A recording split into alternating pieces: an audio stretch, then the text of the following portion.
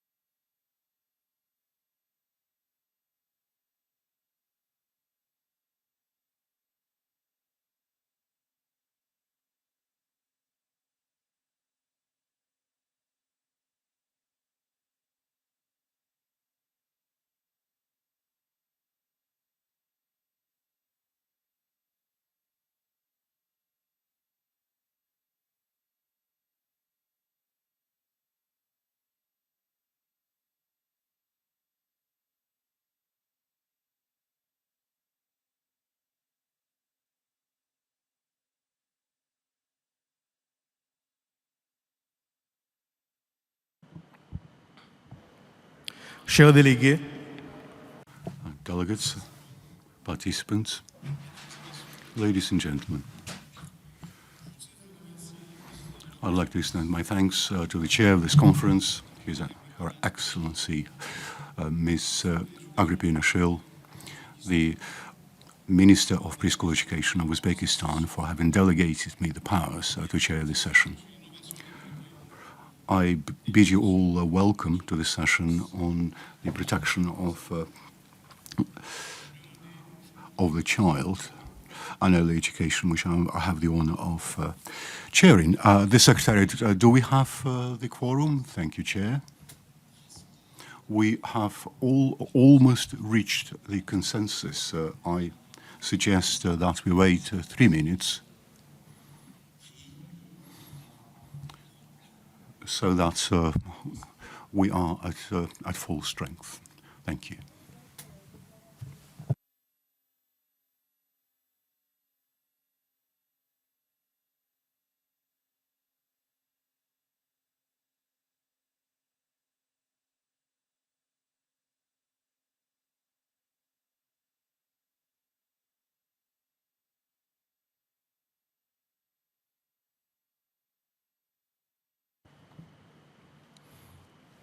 Aujourd'hui, nous aurons l'occasion de discuter.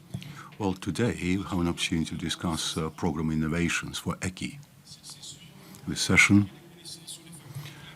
will be devoted to the exchange of experience, best practices, innovations, new programs, and ECCE reform. This session will look into how ECCE innovations in teaching, training, and in terms of the modality of educational services could improve the quality of education from the very first years of life and accelerate the progress towards SDG 4. These are neuroscience in order to enrich the development of ECCE programs, the early development of the brain, 2, AI, artificial intelligence technologies, including various types of AI, 3,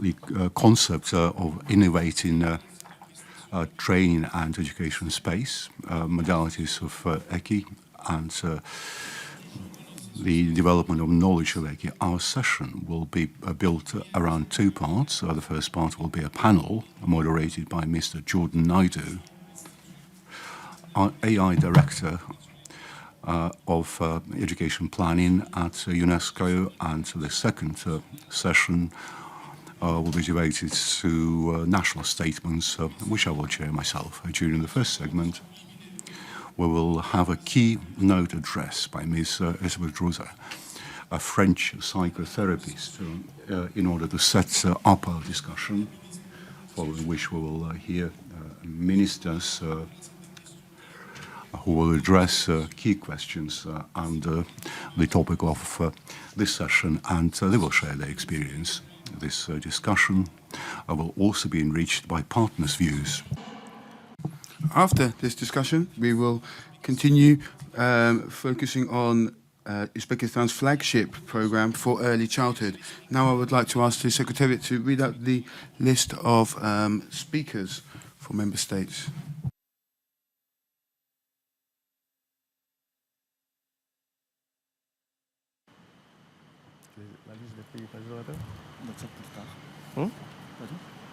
La liste des délégués. Alors, la liste. So, the list of delegates who have asked to take the floor to make their national statements are Niger via video, India in person,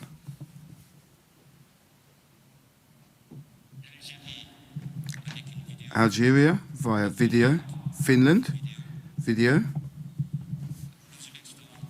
Uzbekistan in person, Nauru in person, Serbia online, Portugal video, Latvia, Belarus, Japan, Mexico video, Guatemala video, Pakistan in person,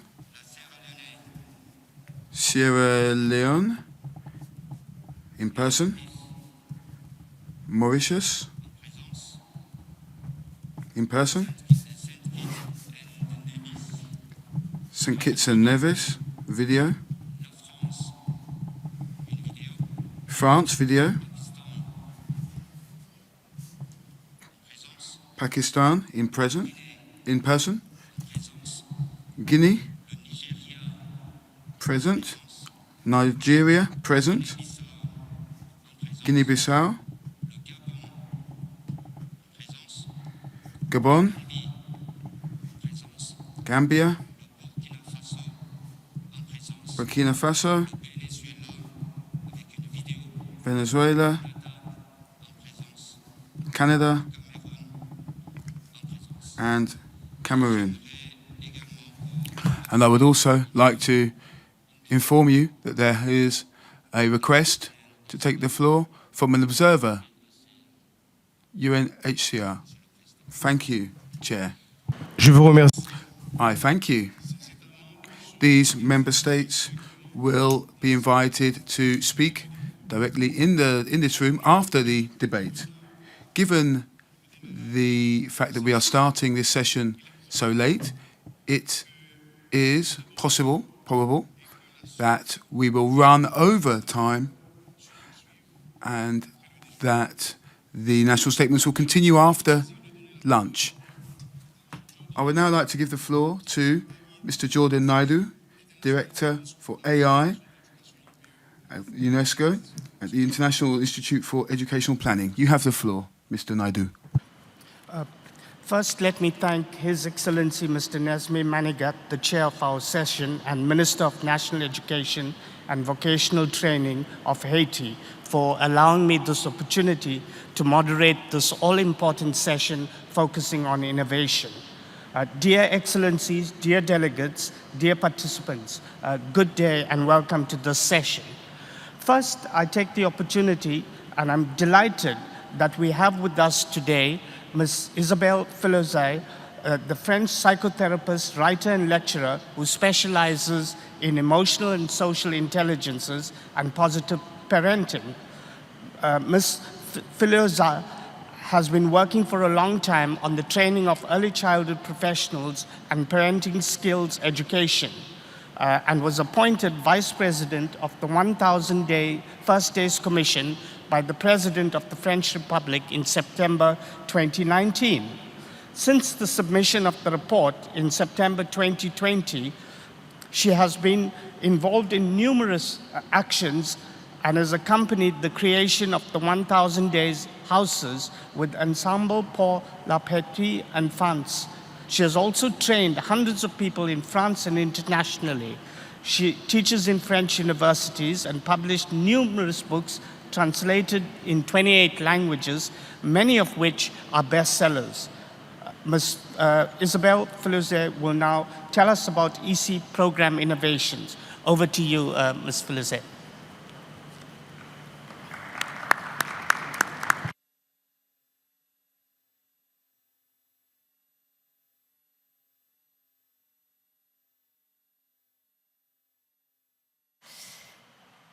Excellence. Excellencies, ladies and gentlemen, delegates, participants, thank you. I am particularly happy and honored to be able to speak to you today about a theme that is so close to my heart, that's to say, adapting our ECCE practices for children. Thank you to UNESCO and to the government of Uzbekistan for giving me this opportunity. In the first 1,000 days, those first 1,000 days, they are a period of phenomenal development, but also a period of great vulnerability.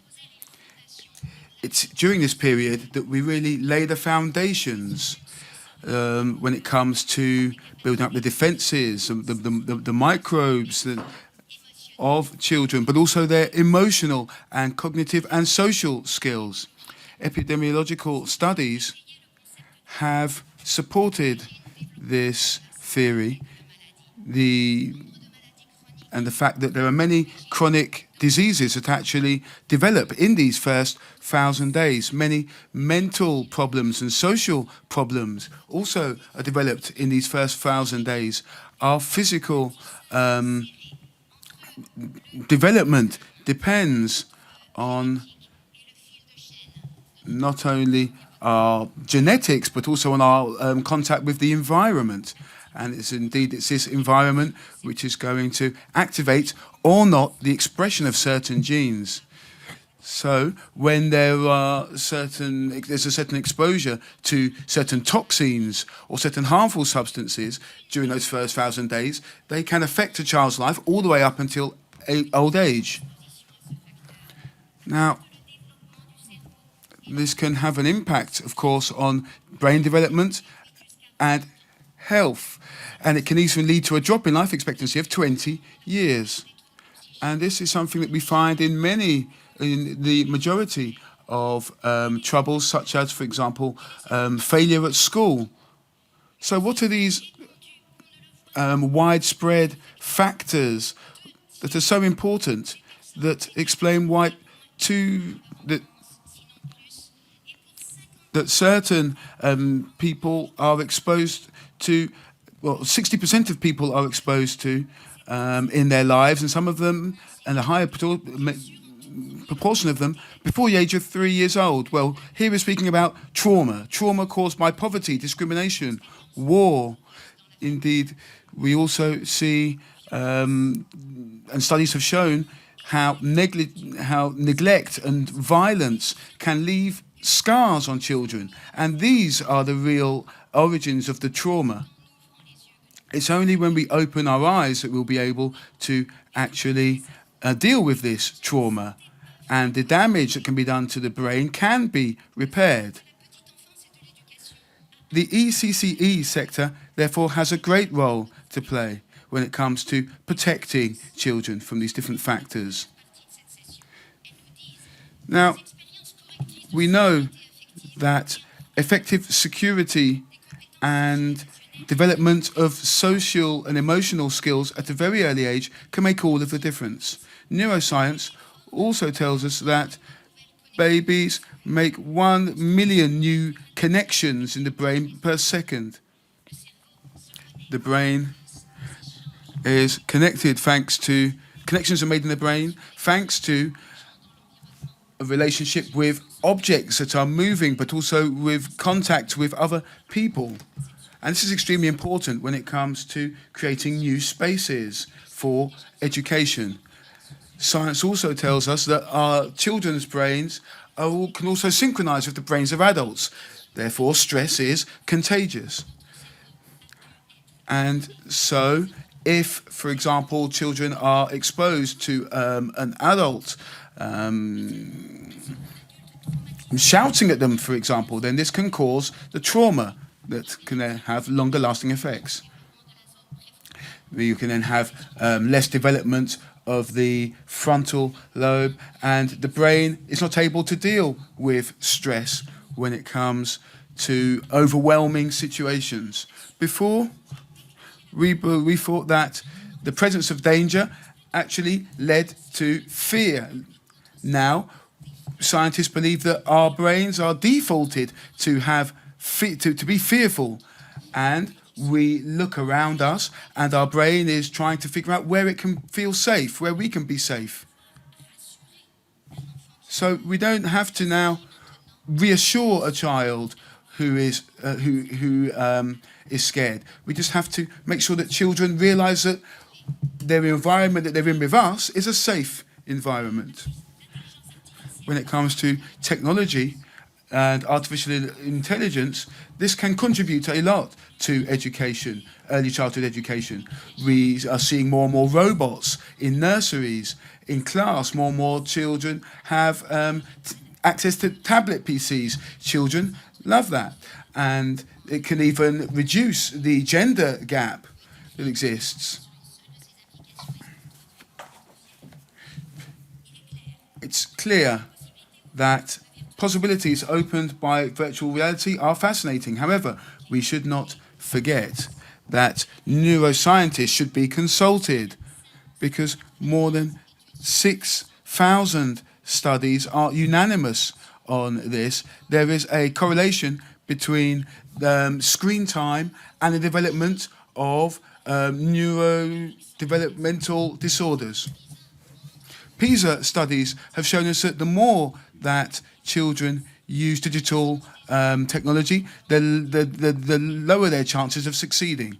So this really is a public health issue. Third issue I'd like to speak about is when it comes to innovating learning practices and spaces. There are studies that show that games can lead to helping children to ask questions, to have stronger social skills. And here we're speaking as well about problem-based learning. And we also need to make sure that we have innovative spaces.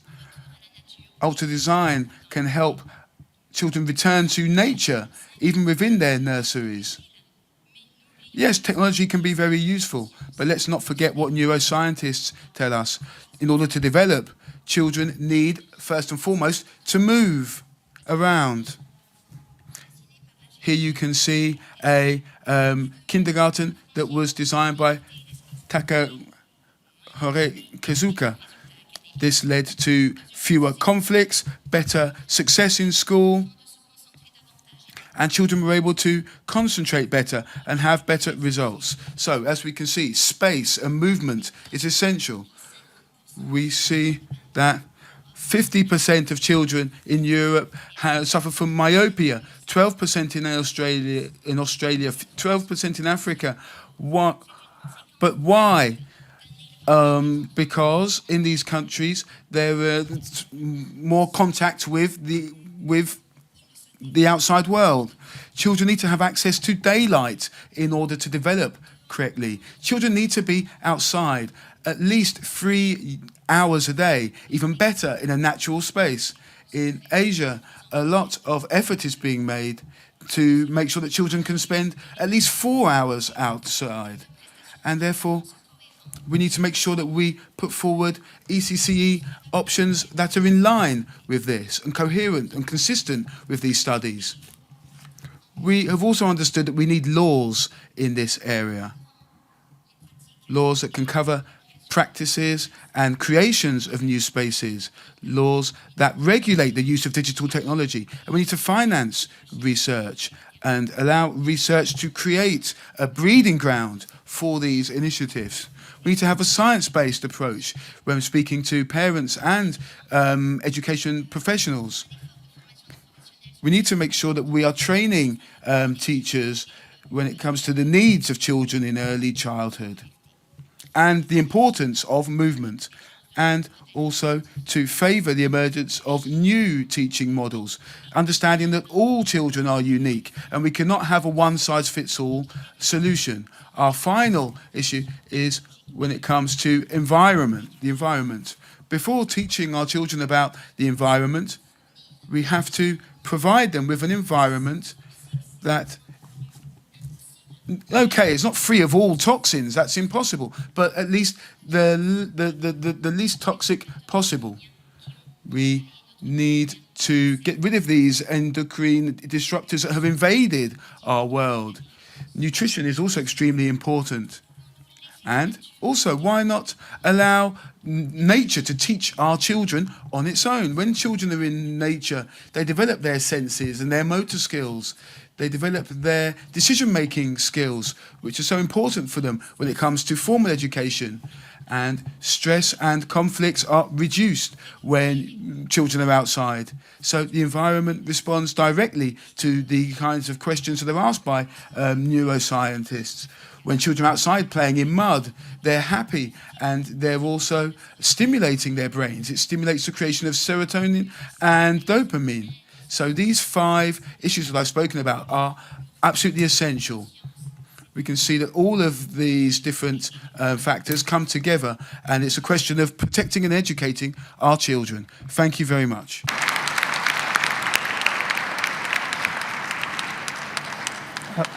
Dear Ms. Filiuzar, thank you very much for your rich and inspiring keynote address, which was highly informative and provides an ideal framing for our discussion amongst our distinguished panelists today.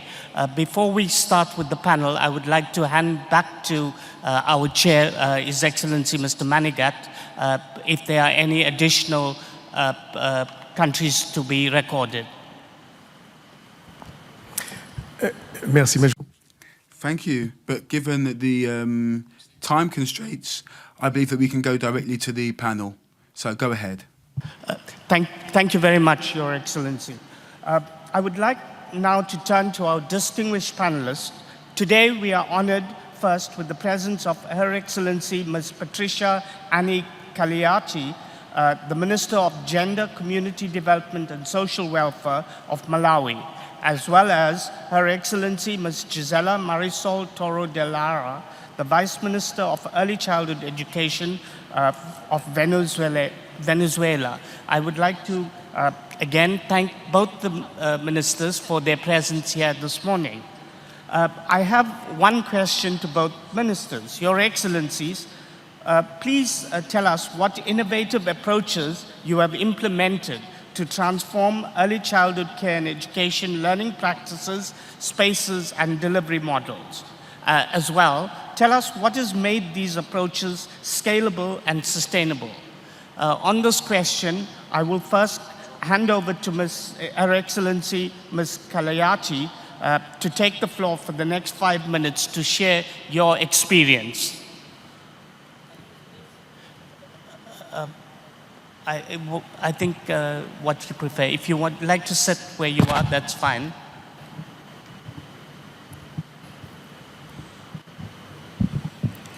Thanks so much, the director and all my seniors. I bring warm greetings from the Republic of Malawi, His Excellency the President, Dr. Lazarus Chakwera, and the Malawians. Would like to thank the President of Uzbekistan as well as the Minister for the warm welcome accorded to the delegation of Malawi. Indeed, this conference has proven to be very important for the development of our nations through the early childhood care and their education. Malawi, we are very much committed in the education of our children through the preschools, which we handle as the Minister of Gender, Child, Community and Social Welfare. We have a number of innovations which we are using in the country. The radio interactive instructions, but also the kiosks using the tablets.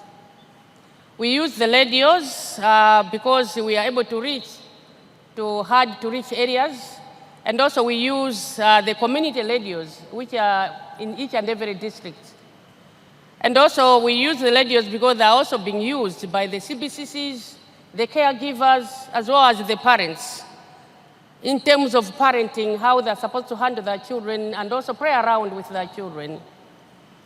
Within the radio stations, the radios which we have, we've installed a number of programs, the songs, but also the syllabus, the curriculum, in coordination with the Minister of Education whom we work with.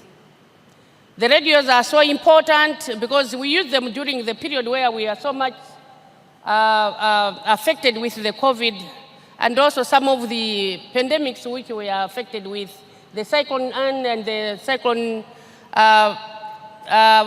cyclones which we are experiencing in the country.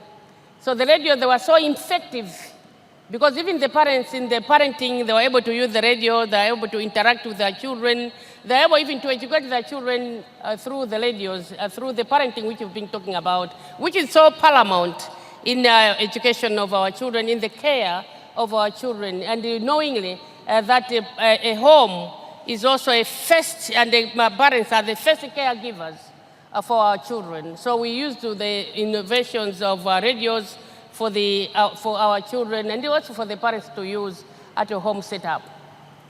Indeed, when you are talking about the child care and education being so important for the development of a nation, it's not only for the nation, but also it's for the village, the community, even from the home. If you're looking forward to have a better husband, a better wife, we need to look into the parenting of our children. Apart from the radios which we are using, we use also kiosks, the tablets, which we work with the Roger Federal Foundation, who supported us with 300 tablets, which we've provided to the caregivers and also to the mentors. Apart from having all these mentors to use this, it's also we reduce the access of training the caregivers as we use the tablets. And we've put a lot of programs in the tablets which are being used by the mentors. We thank the Roger Federal for the coordination and working relations, which is with Malawi government, where they've provided all these 300 tablets. But also we're having 12,000 CBCCs, I'm sure, a number of stakeholders, but also the Radio Federal might also think of providing over 12,000 tablets, which are so paramount and important. One, they're helping us in keeping data, which is so important in monitoring what is happening in CBCCs, but also we are helping the caregivers as well as the mentors to use the correct syllabus and also to use the correct curriculum in teaching our children in these CBCCs which we have by using the tablets. They are so important that whenever they feel like, even if they're out of school, they can use these syllabuses, especially at the home and the community when they're interacting, but also we are using these in teaching parents. We are also using these in teaching the normal teachers in primary school, because when we are transiting from CBCCs into the normal primary schools, we need also to train the teachers how to take over from wherever we've stopped. So the tablets are also helping us in coordinating with the teachers who are taking our children from the preschools to primary schools, and what is it they're supposed to do. But also we are able to be assisted to put some of the songs, some of the instructors, some of the syllabuses into these tablets from the education perspective, especially for the main ministry, where we are able to interact and to coordinate with them in terms of teaching our children through the CBCCs. So I would like to thank Roger Fedra, and we would like to thank the stakeholders whom we work with in the development of our children in our country.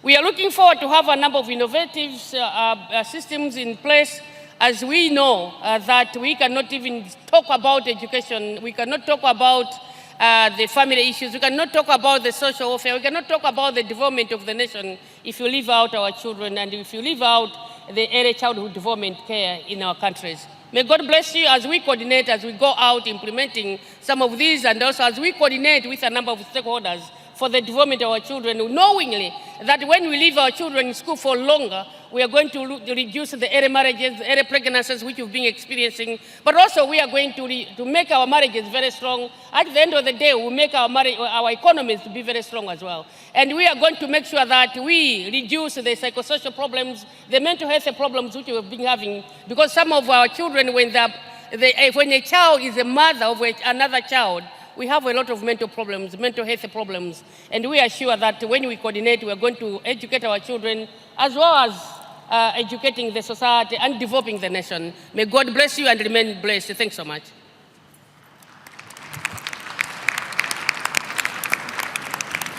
Your Excellency, thank you very much for this very directed input and giving us very clear examples of some of the innovations. I just want to make 2 or 3 points, highlight that Her Excellency has made about the experience in Malawi. And the first one, I want to applaud Her Excellency and the country of Malawi for their commitment to early childhood education.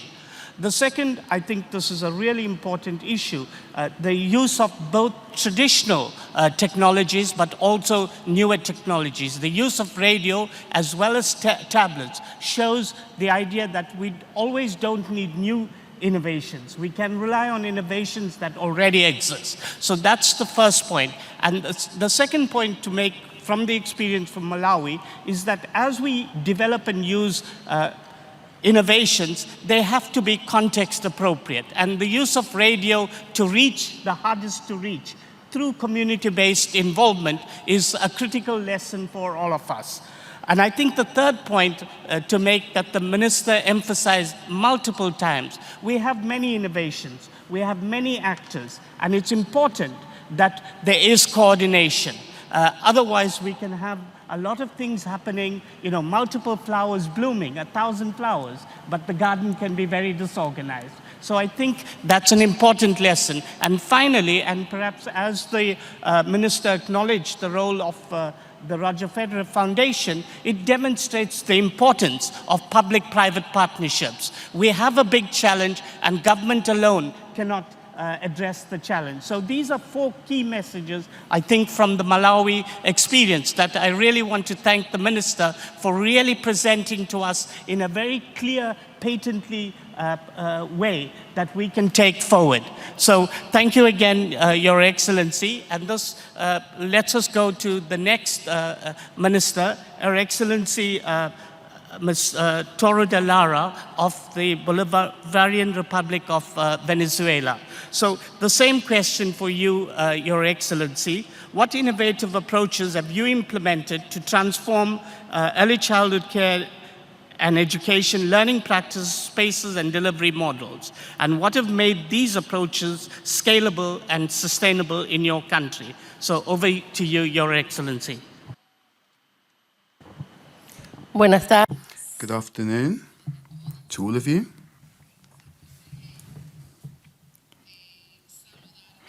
First of all, I would like to greet this or salute this extraordinary initiative that has it is focusing the eyes of the world on this issue of ECCE and innovation. After expressing the warm greetings to you on behalf of my ministry and the President of our country, I would like to tell you that Venezuela, beyond being a country affected by unilateral and coercive measures, we see that many of our rights, including the fundamental right to education, has also been affected. But we are trying to fulfill the mandate of our constitution, and that is, amongst others, to make sure that education in Venezuela is free from nursery school all the way up to the end of secondary school, up until university. Education in Venezuela, from the moment that women are pregnant, our state takes a very innovative approach. We want to make sure that we can prevent any kind of issue or deal with any kind of issues that can affect the development of children, even when they are still in the mother's womb. We have created breastfeeding centers and rooms because we know just how important breastfeeding is for the cognitive and social development skills of children in the future. And we focus in particular in the area of early childhood to focus with the support of teachers and of our communities to take actions that reverberate even beyond our country. When it comes to training, we have training programs for our teachers, not only pre-service training, but also in-service training for all of our teachers, not only teachers, in fact, but also for all administrative staff working in this sector. When it comes to maintaining progress, firstly, we have laws that guarantee in our constitution our organic ley on education, the law on protection of children, labor laws to make sure that our education system is doing its job. And we also understand just how important preschooling is when it comes to determining the future of citizens of our country. Nothing can move forward if we do not focus first and foremost on the youngest children. We also work through an intersectorial approach, which enables us to intervene in a comprehensive way when it comes to early childhood. That means that we can deal with any kind of issue, disorder, problem that can affect children. We are able to prevent it, or to try and reduce these issues, or try and eliminate these issues completely. And that's why we have this intersectorial approach. The Ministry for Health, the Ministry for Women, the Ministry for Labour, ministries focusing specifically on issues that can affect children and teenagers. We work with other bodies, international bodies, for example, UNICEF, and they support us in the development of all of our policies, but especially when it comes to early childhood. And we also have, so that this can be sustainable, we have the participation of families too. Families, communities, working with schools to try and reach all of these objectives. In Venezuela, we really do lend a lot of importance to the issue of early childhood. As our minister, who padly passed away, used to say, is that you can only build a house if you have a solid basis. The more solid the base, the higher you can build. And when it comes to our children, children in the stage of early childhood, if we can focus on them, then we will have a happier, more productive and more close-knit community in the future that can contribute, of course, to protecting our planet. And we have to continue to, and they will help us to continue building this wonderful world that we want to build for the future. Thank you very much. Your Excellency, muchas gracias. I'm just going to highlight one point in the interest of time and then just move over to our foundation colleagues for their inputs. And again, we'll try to keep it very short because we are already running beyond time. I think the main point I want to emphasize from Her Excellency's input on Venezuela is that innovation is not always about tools and technology. Innovation also is about processes. How do we do things differently? And as the Minister has emphasized, the innovation really is addressing the issue of early childhood education and care even from before birth, paying attention to an intersectoral, integrated approach of health, education, other social services. And I think this is a message that has come across not only from the Minister and the experience in Venezuela, but over the course of the last 2 days, that we really, innovation means also changing the way we do things and not necessarily only about technology. So that's a key lesson for us. It's changing the way we do things so that we can do things in a way that's much more effective and efficient and approach things in a comprehensive fashion. So thank you very much again to both of our distinguished ministers. And now I will move over to our first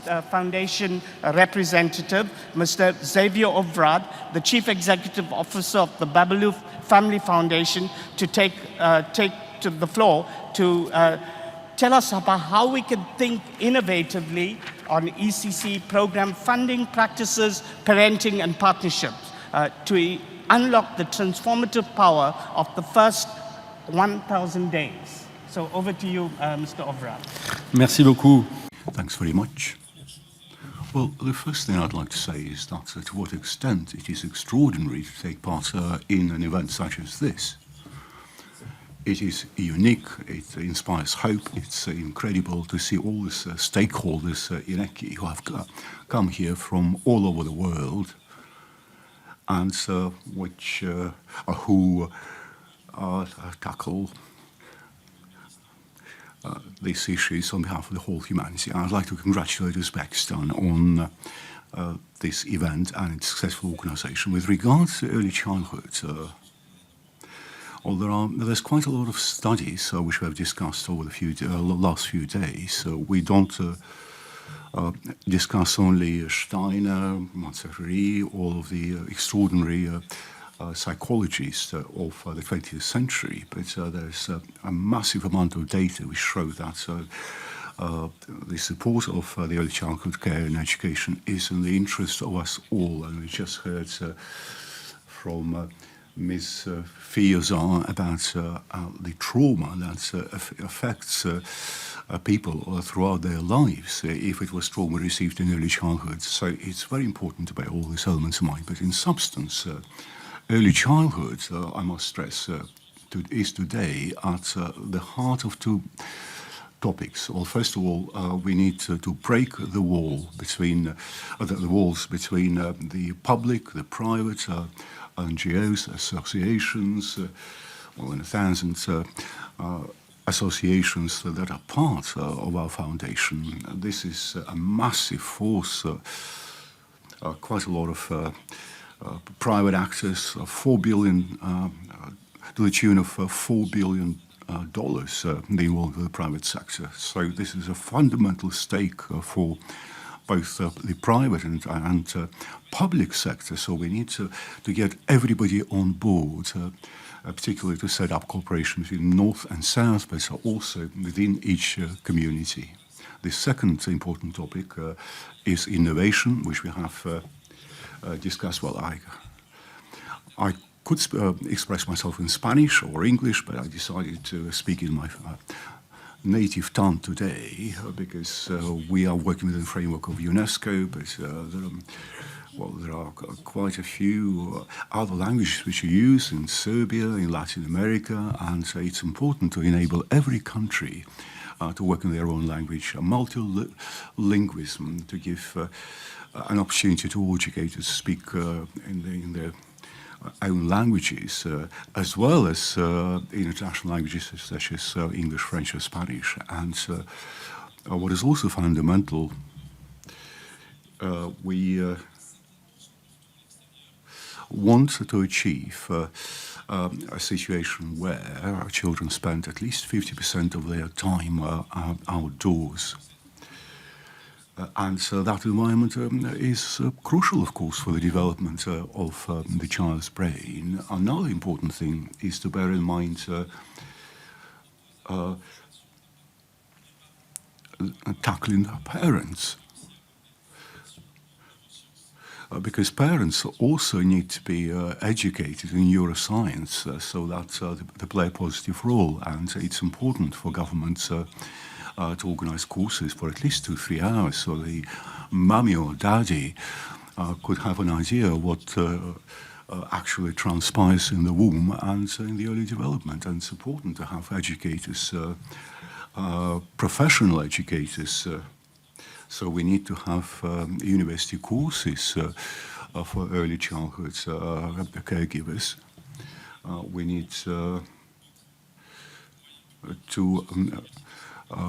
step up the public financing of such courses in the universities. And in France, we have a university Paul Thro, and we would like to see such universities develop around the world. In conclusion, I'd like to stress that regulation is also important. I'm thinking of Dubai, Singapore, and a couple of other countries. These regulators help to peg on various stakeholders so that they could bring in their concrete contributions to the training of caregivers and educators, but also important the quality, the high quality of curricula for the early child development. Once again, thanks very much to UNESCO for organizing this meeting.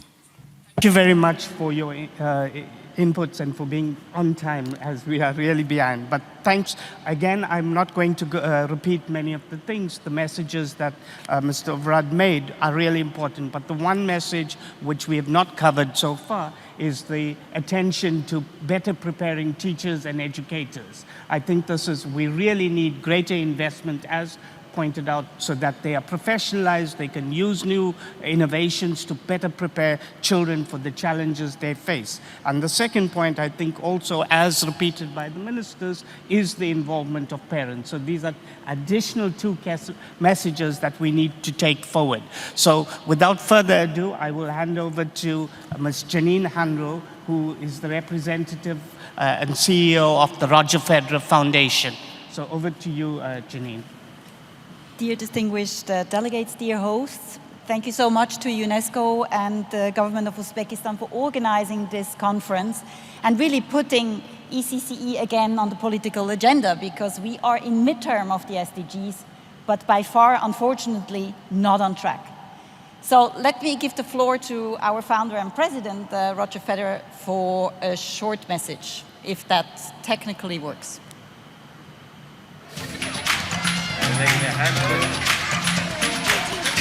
As a dad, I experience every day how much energy my kids have and curiosity to discover the world. I remain committed to empower further millions of disadvantaged children to do the same, because children are tomorrow's future.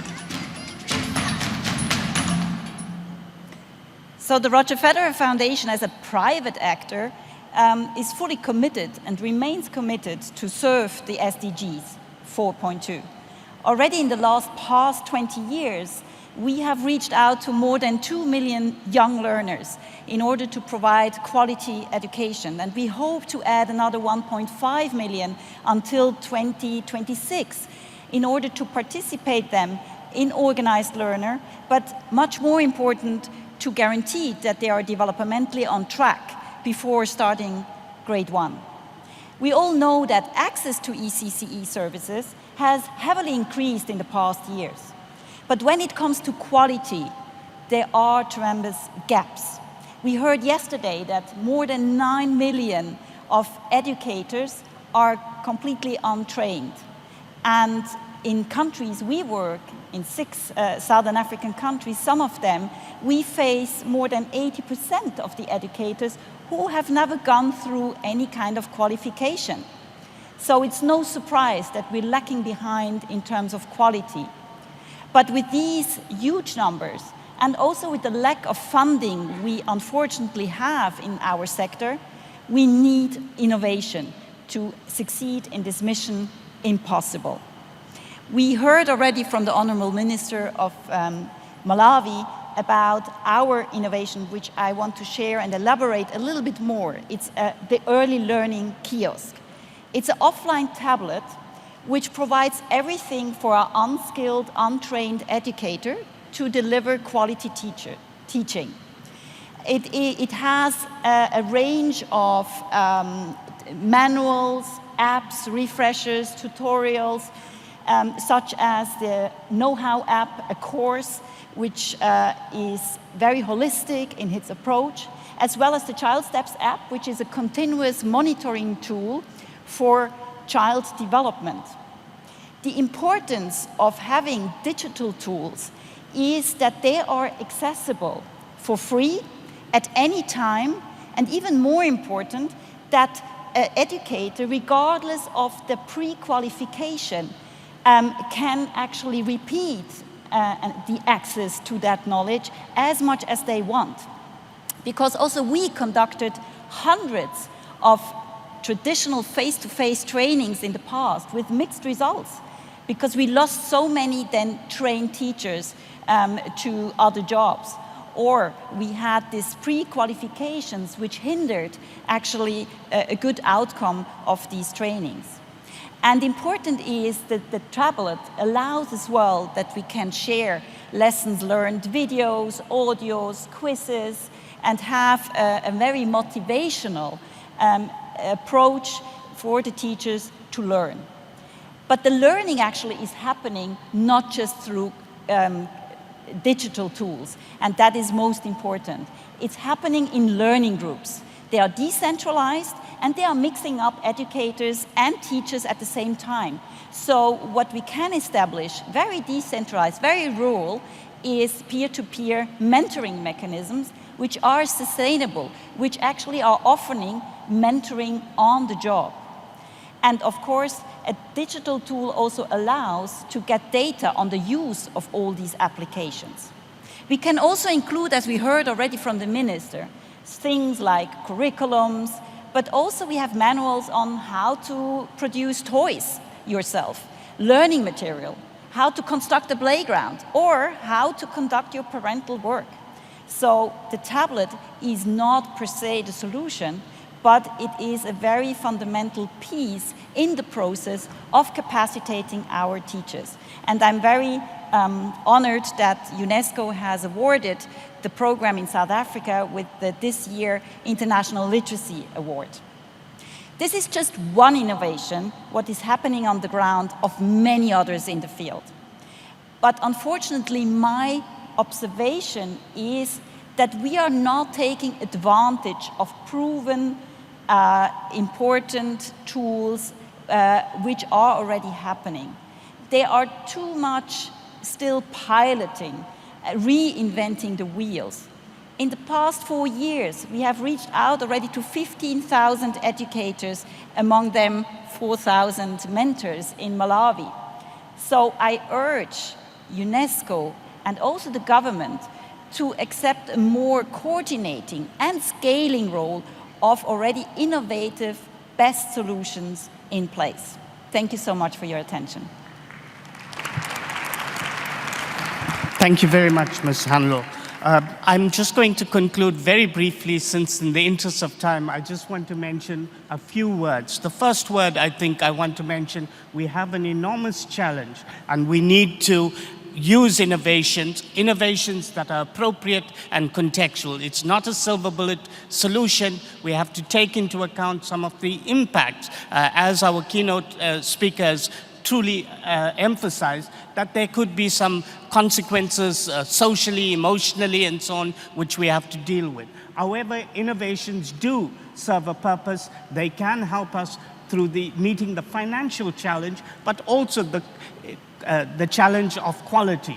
And I think that's extremely important. But most importantly, as all of our panelists showed, we have to do this together. It's about partnership, using all of the resources, not just private or public, but as a collective, because we have a challenge and we have an obligation to deliver on the right to education of all, from and even before birth to lifelong learning, or we will fail to deliver on the promise of SDG 4. And I think the message that has been all throughout the conference and re-echoed by our distinguished panelists is the same. We need collective action, and I think from the video, and to thank Roger Federer personally, the call for action is a message to all of us. So thank you very much, and thank you again to His Excellency Mr. Manigat, and over back to our chair. And I can ask our panelists, as we have a number of speakers that will intervene, you may now leave the floor. Thank you very much. Un applaudissement pour ce excellent. Well, applause.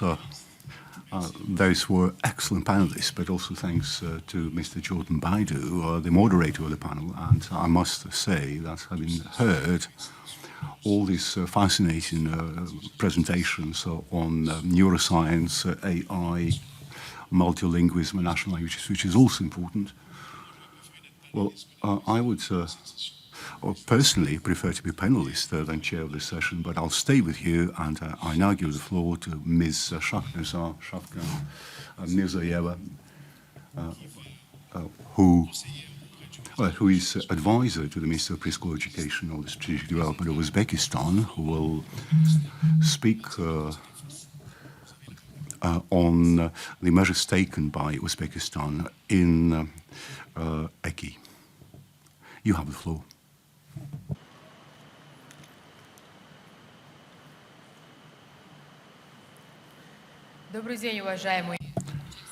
Good afternoon, participants. I'm happy to be able to welcome you all. Every child in the world has the right to education. Every child in the world must be educated.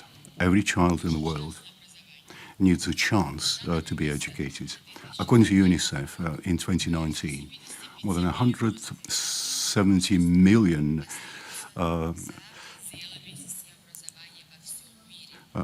children, young children, 4 out of 5 have no access to preschool education in developing countries. Those are millions of lost chances. Without getting preschool education, the young children are deprived of an important support. Today, the figure of coverage by kindergartens has significantly grown, but there are remote locations and other constraints that limit the construction of kindergartens. In places like that, people have never had the opportunity of preschool education. You would understand that's a problem not for the children but for the adults.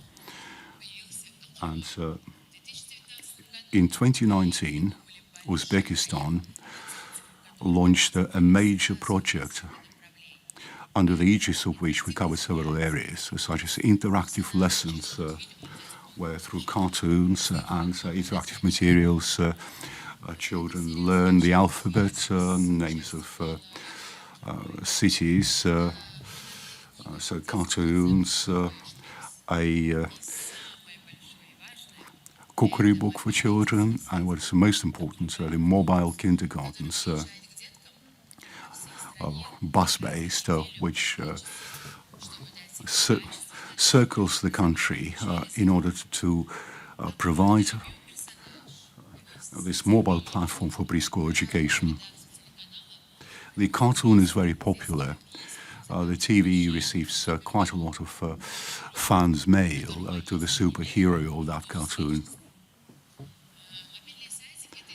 Mobile kindergartens is an innovative solution to give a chance of children in remote areas to receive high-quality education. Such a solution makes it possible to create new places much faster, and by 80% this is less costly compared to regular kindergartens. We developed a methodology, equipped our first bus, and launched our first pilot mobile kindergarten. Hundreds of comments from parents have corroborated the relevance of this decision. To date, Uzbekistan, in 142 local communities, there are 60 mobile kindergartens. Each one of them has a teacher attached to it, specialized in teaching various ages. The kindergarten program targets social and emotional development. They take on board the linguistic environment in each of these communities. I'm now offering you a small video about our local Uzbek Mickey Mouse as seen by our children. It's Ferouz. He lives in a house on the very outskirts of the village.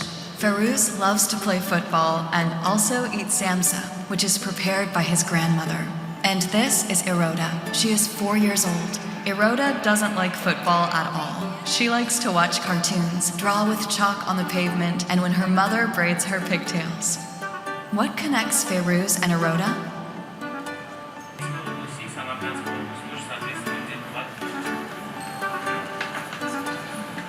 They both adore Akelvoy.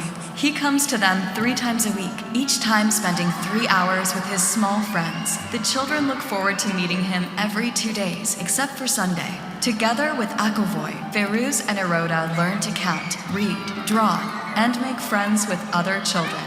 Akelvoy does not leave Ferouz and Iroda, even when they stay at home. Sitting in front of the TV, they watch their favorite programs and repeat their homework together with Akelvoy. During 1 week, each Akelvoy bus travels around 2 villages and works with 6 groups of children. Thus, he makes preschool education available to 96 children. Each child is engaged 3 times a week for 3 hours. In total, 9 academic hours per week with Akelvoy. And this is Malika, Sardor, and Zarina. They came up with their own social network. With the help of Akelvoy, the children send each other postcards, letters, and even sweets, but at the same time, they do not know each other personally.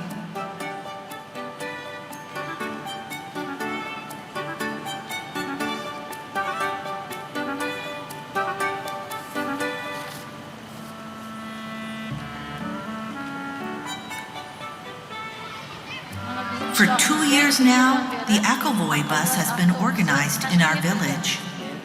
I have sent my 2 children there. Understanding, consciousness, everything is very good.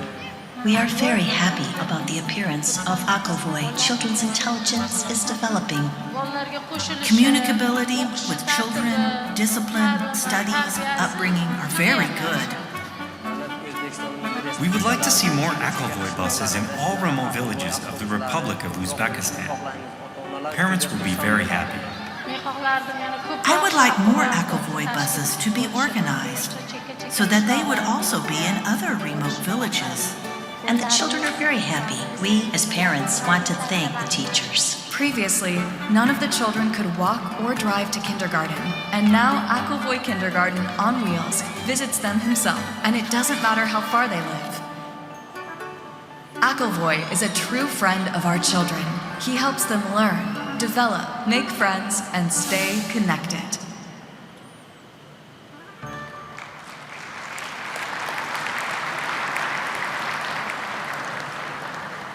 У нас получилось принести Well, and this is how we try to cover our children in remote areas. Thousands of their parents have warmly endorsed it. We are prepared to share this experience of through every stage of its implementation. Well, for our part, we aren't going to rest on our laurels because every child in the world has a right to education. Thank you. Mrs. Mingzi-Yoyeva, for your very inspiring presentation. Il est 13h05. So it's 1:05. It's time to have lunch. We're going to suspend this meeting for now, and we will be back at 2 o'clock on the dot for the second segment. We will have national statements. Thank you very much. Session is adjourned.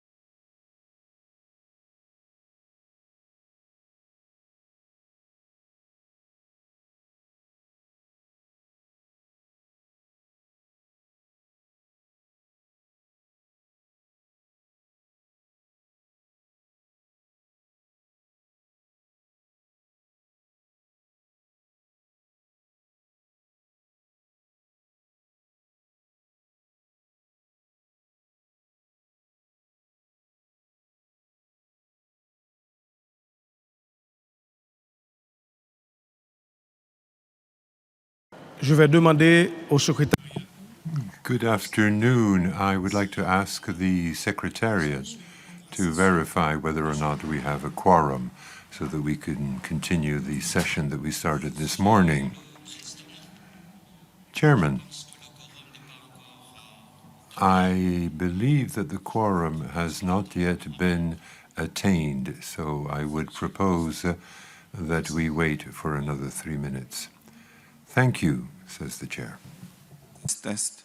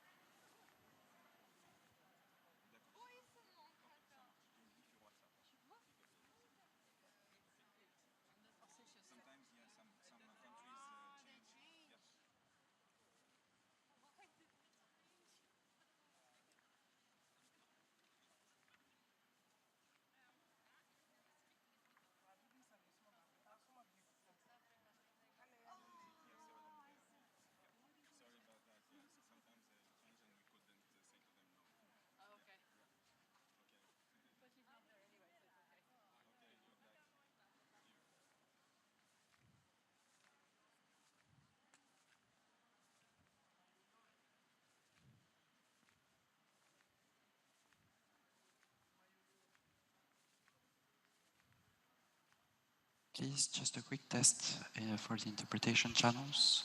Uzbek channel, please. Thank you. Yes, can you hear me? Awesome, thank you. English channel, please, now. This is the English channel. I can hear you loud and clear. Can you hear me speaking? 1, 2. Excellent, thank you. Thank you very much. French channel, please. Nous allons démarrer avec. We're going to start now with the second segment of our agenda, with the declarations by delegations. We have 29 requests for the floor, and we're going to start now with that part of the session, the delegations' statements. But before we do that, I would like to inform delegations that you will receive the draft Tashkent Declaration as proposed by the drafting committee at 1500 hours, at 3 p.m. in your email boxes. I repeat, you will receive the draft Tashkent Declaration as proposed by the drafting committee at 1500 hours in your respective email boxes. So now we start the formal part of our meeting with statements by delegations. Let me remind you that delegations may take the floor only once, and each statement is limited to 2 minutes. And for observers, the speaking time is limited to 1 minute. So please remain within your allotted speaking time so that everyone can take the floor. That being said, I now give the floor to the first speaker on my list, namely Niger. To open this discussion, Niger will take the floor and will be followed by India. Niger will take the floor by video, and India will take the floor in person in the meeting room. Ladies and gentlemen, the care and education of young children is a priority for the authorities of my country. In fact, Niger has ratified a number of conventions relating to the protection of the rights of the child and with a view to achieving objective SDG 4. And the transition program of the education sector as decided in New York, and also the plan for preschool education. So for us, preschool education is very significant. It lasts 2 years for each child, and we had 2,600 and 8 preschools with 134 teachers and with a attendance rate of 11.3%. So a lot remains to be done to develop ECCE. We need to provide the technical and material means that are essential for this, and also with universalization of distance teaching, which is essential in order to ensure the resilience of the education sector and to improve the qualifications of our teachers, especially preschool teachers. Now, of course, this requires solidarity on the part of all of our technical aid partners on both the bilateral and multilateral frameworks. And unfortunately, the sound is no longer reaching the interpreters.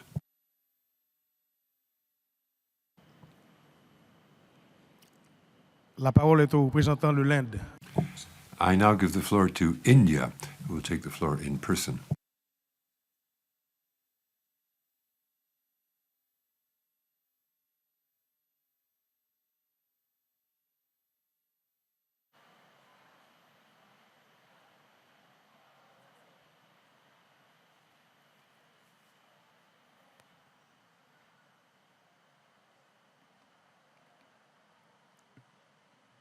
Good afternoon to all of you, and namaste from India. Early childhood care and education is rooted in Indian tradition, culture, and practices.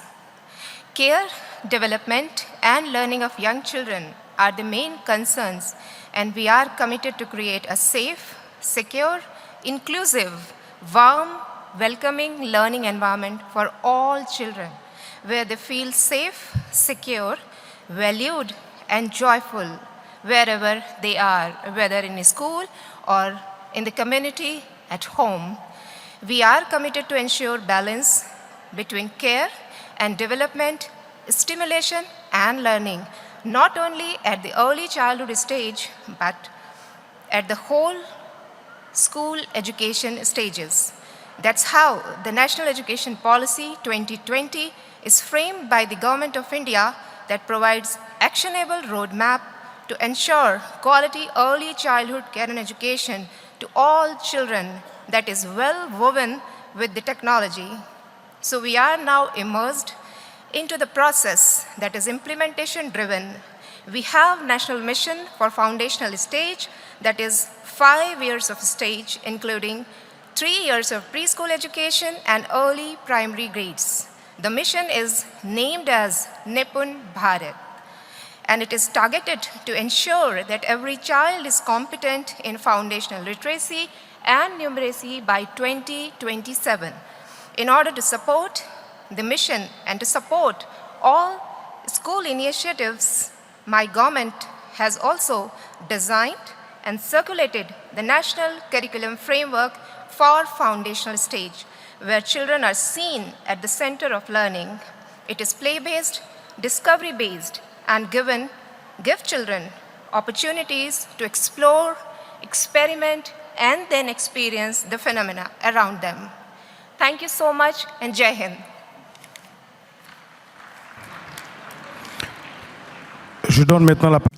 I now give the floor to the next speaker, the representative of Algeria, who will be followed by the representative of Finland.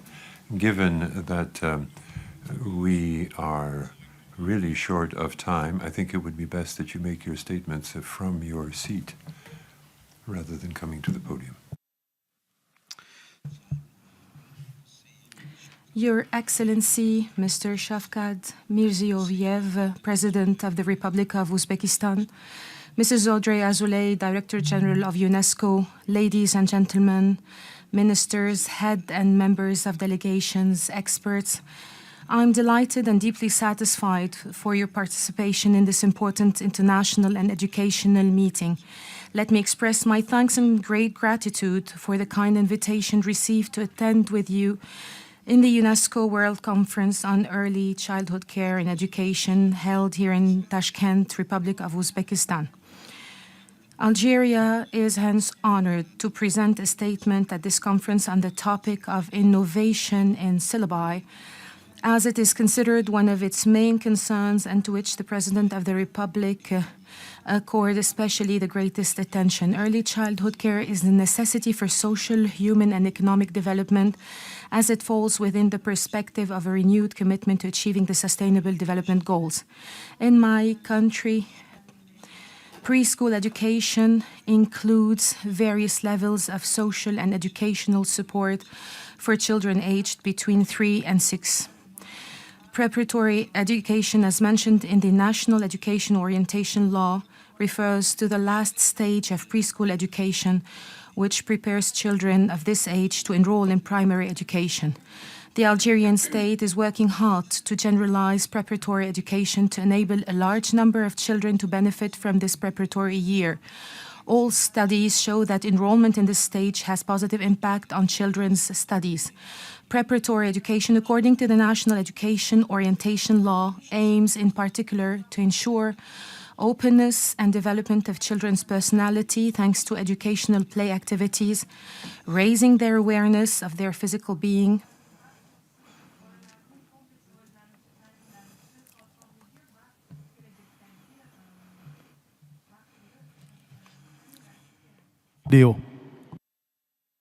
Mr. President, honorable ministers, distinguished delegates, I wish to thank the Republic of Uzbekistan and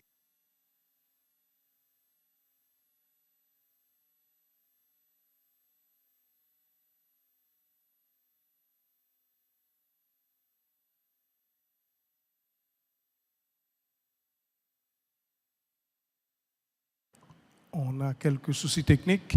Je pense qu'on... We have some technical difficulties at this stage, so I think we'll move forward to the next speaker and then come back, if possible, to Finland if the technical problem is resolved. I now give the floor to the representative of Uzbekistan, who will speak in person, and will be followed by the representative of Nauru, also speaking in person in the hall. Uzbekistan, please.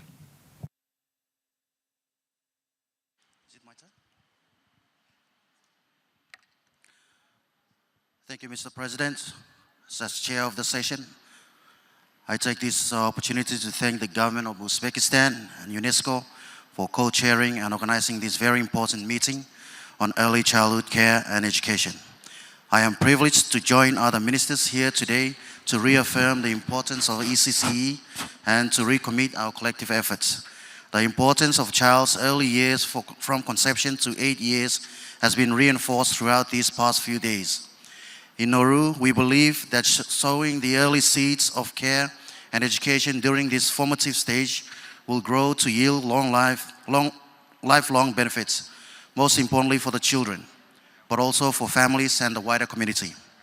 This financial year has seen the third successive annual increase towards the Ministry of Education's budget. The financing of education is based on the rationale of sustaining a resilient Nauru, and as explicitly linked to our National Sustainable Development Strategy, 2019-2020. There has been a significant progress in the adoption of legislation and policies that promote safety and welfare of the child at the national and regional level. Multi-agency collaborations at the national level have also been established and are being developed between relevant line ministries such as health, women's, social development, and education, to progress the well-being of children in the early years. The government provides for the equitable and improved outcome of ECCE through free access to 2 years of pre-primary formal education for education for all children as mandated in our Education Act. This is complemented with the provision of free lunches and transportation to school. The proper training and qualification of ECE teaching staff is also provided to our ECE staff, ensuring that they are teaching at the minimum certificate level. A review of the salaries took place in 2020, leading to salary increase. Further attention to the inputs towards the ECCE workforce in terms of digital technology and diversification would improve the outputs to the learning environment. This includes supporting a learning environment where the mother tongue language is being valued and used in the school settings. Infrastructure for positive learning environment continues to be a challenge for our small island states, and scarcity land is further exacerbated by threats of climate change. In moving forward, the ministry plans to accelerate its transformation of education and ECCE through the design of its next 5-year strategic plan. With the support of donor partners, this next phase focuses on early learning years, and to facilitate this will be the improved parental support for their children to attend school and improve school readiness in ECE centers.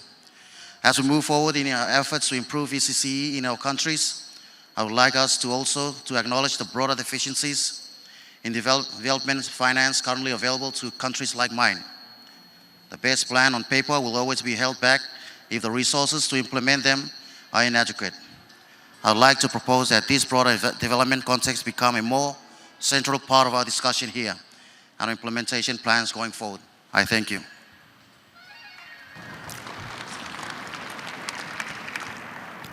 Merci. Thank you.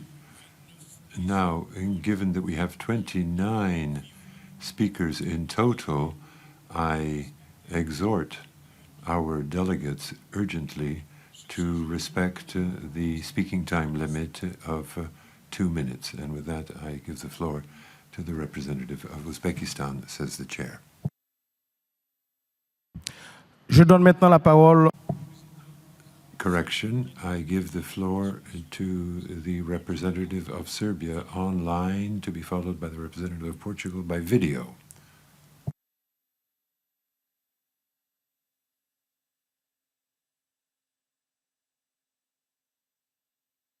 I'm trying to start my video, but it seems to be blocked by the host. Okay, I think now you can see and hear me loud and clear. Thank you very much. Your Excellencies, distinguished colleagues, ladies and gentlemen, it is my utmost pleasure and honor to be presenting the statement for the Republic of Serbia ahead of the Ministry of Education. For the past years, the preschool care and education system has been the focus of the Serbian government and its Ministry of Education.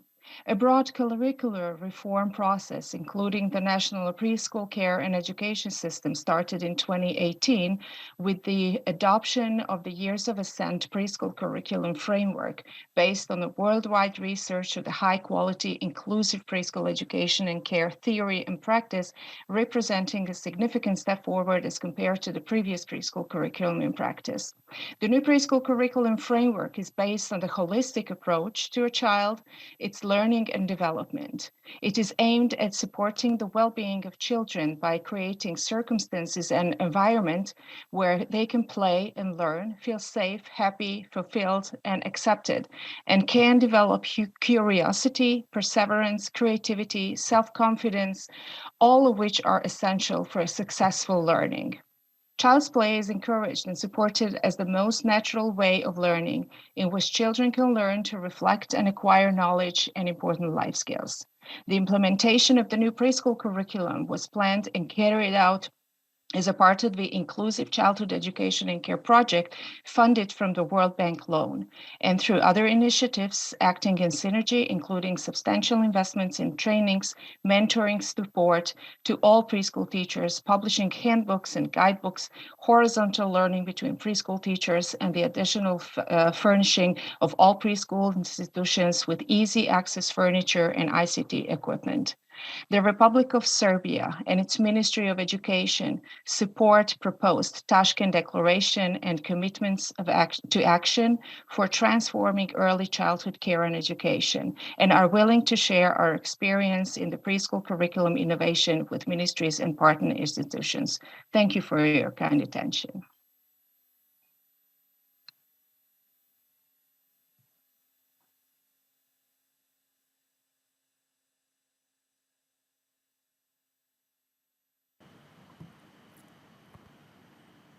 Le représentant du Portugal. We will now hear from the representative of Portugal by video. Sirs, dear heads of delegations and members of the delegations, I'd like to start by thanking UNESCO and the Republic of Uzbekistan for this event, for this very timely and important event, to make us all reflect and act together on the importance of early childcare and education. Here in Portugal, like in the rest of the world, that was very much stressed during the Transforming Education Summit. We are very much aware that education starts when life starts. And so the care and attention dedicated to the early years, to the infancy and early years of childhood, we know that they are a predictor of success and school achievement in the first years, in the first literacy, in the first numeracy. And that's why when we started our curriculum reform, we started with new guidelines, pedagogical guidelines for early childcare and education for the preschool. When we are thinking of the future of education, we know that we want to develop new skills. We want to develop critical thinking. We want to develop problem solving. We want to have more project-based learning in high schools. We want to differentiate. We want to relate what is learned in class to what happens in outside the classroom. And when we look at preschool, this is old news. This is the traditional way of working with children between 3 and 6. They work in projects, they work in groups, they circulate in their class, they go outside, they learn in the nature and they learn inside, they play and they learn by playing. And while we are trying to transform education in the other levels, we have to take this message home. Let's go to kindergartens and see how the work is developed there, because there is always progress, there is pleasure in learning, there is pleasure in teaching, and so we have lessons to be learned. And with this in mind, I think that everything that we can do together in cooperation in order to take our Sustainable Development Goal number 4 further and to make sure that there is quality education for all, we have to start as early as possible. Dear Minister,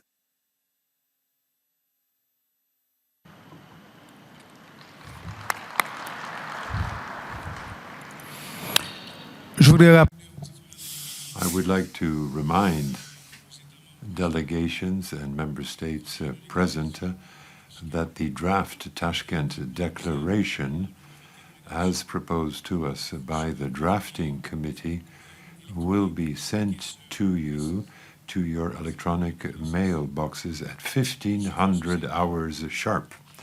We will continue now the national statement segment.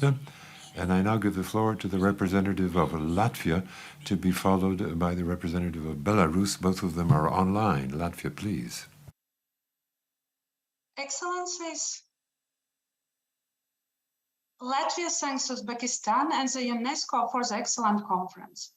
Latvia's preschool educational sector experienced a severe disruption caused by COVID-19 pandemic.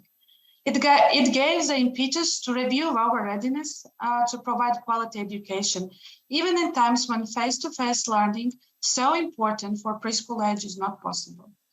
Latvia's curriculum reform, which includes transversal skills already at the preschool age, gained new knowledge about the development of self-directed learning skills and digital literacy for children under the age of 7.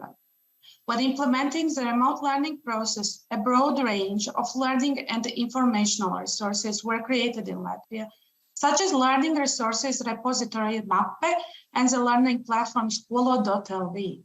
This was achieved by extensive cooperation with the cultural sector and STEM industries. The distance learning technologies developed in Latvia as a response to COVID-19 have also enabled a large number of Ukrainian preschool learners who have currently found temporary residence in Latvia to maintain their linguistic and cultural connection with their nation. Increasing the availability of innovations and the pedagogical capacity should go hand in hand with the responsibility to guarantee the conditions in which the innovations can be used meaningfully in the child's own learning community and environment. Dear colleagues, on our way towards more modern, higher quality preschool care and education, we have to agree for joint action to protect the preschool education from military aggression in countries and regions torn by armed conflict. Latvia will continue work in SDG 4 High-Level Steering Committee which will oversee the Transforming Education Summit Global Initiative on Education in Crisis Situation, so that no child is deprived on his right to quality education and care. Because every child who receives quality education and care brings us closer to the goal of sustainable development in our world. Thank you.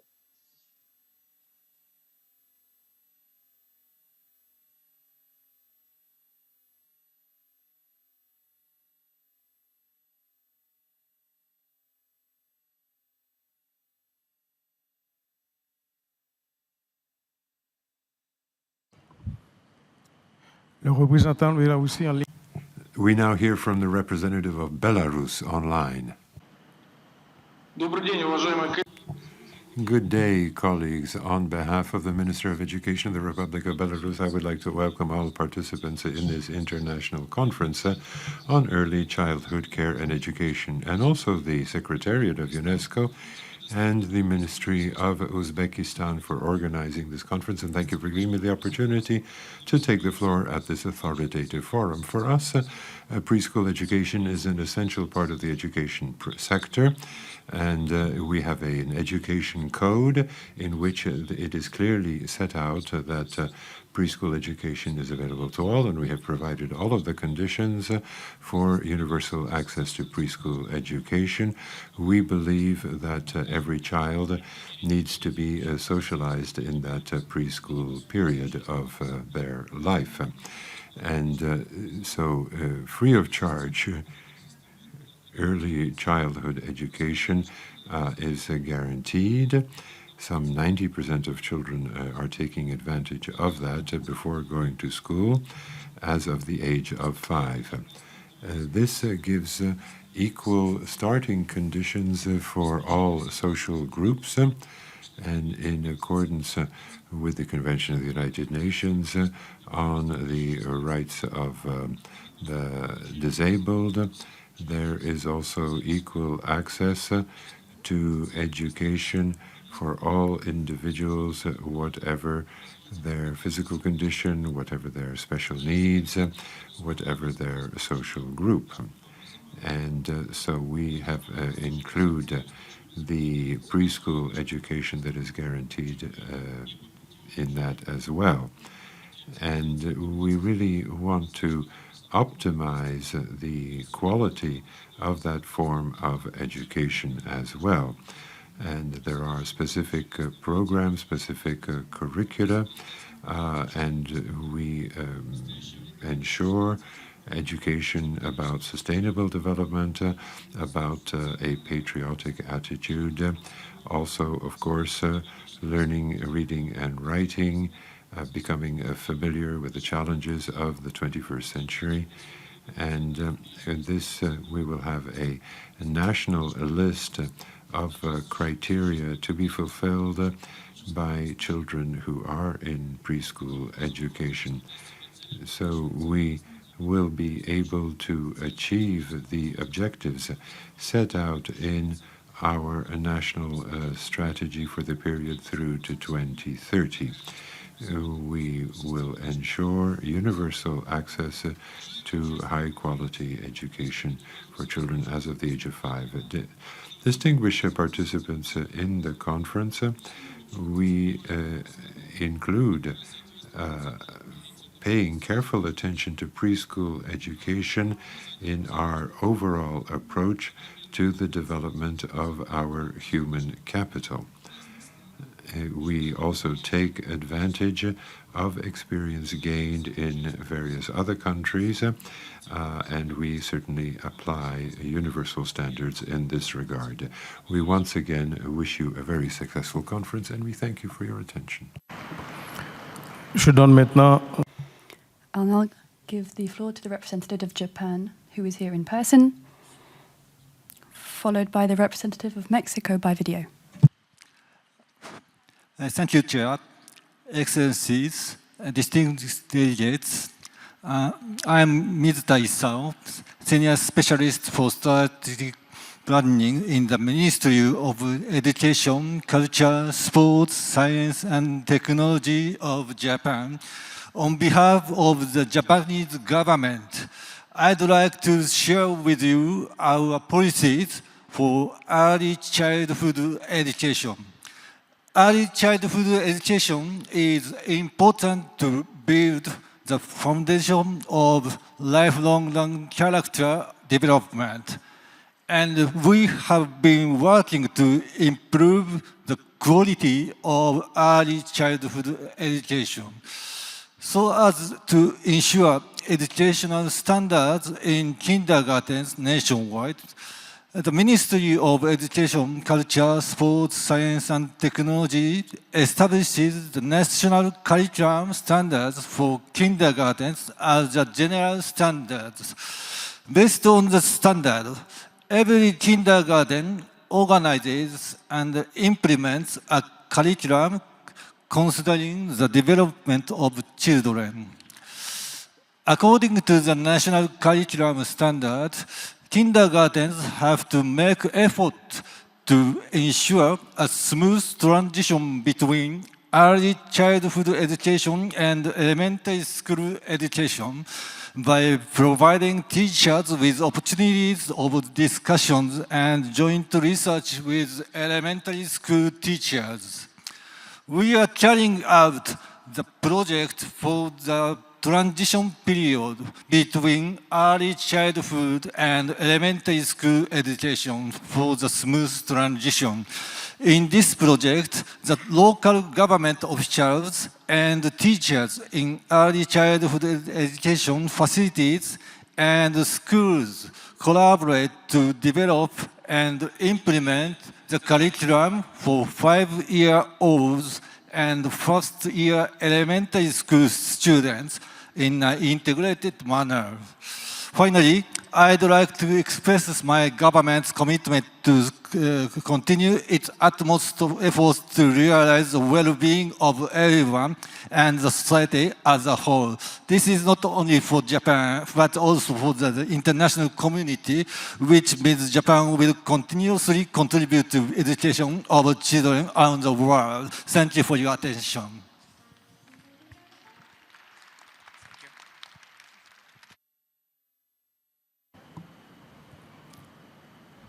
Représentant du Mexique par vidéo. Representative of Mexico by video.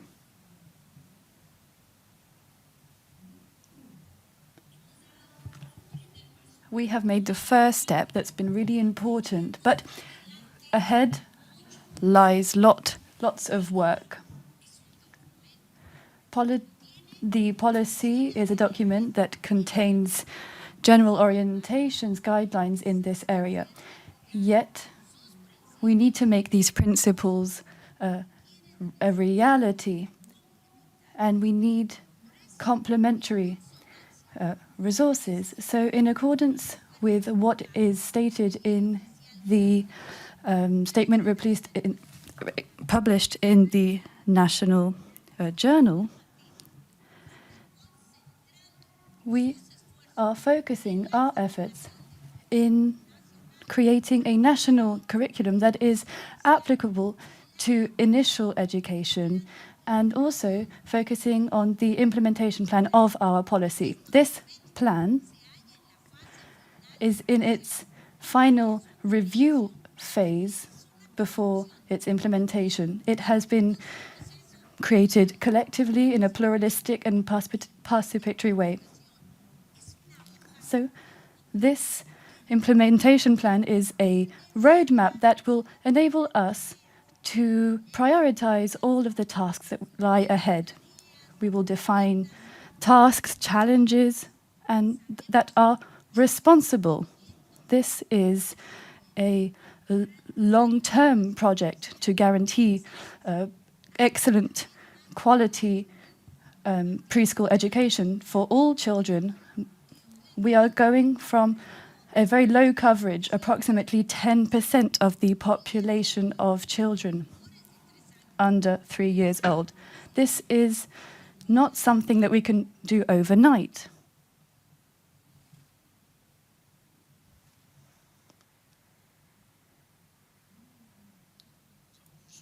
Now, I will give the floor to the representative of Guatemala. That will be followed by the representative of Pakistan.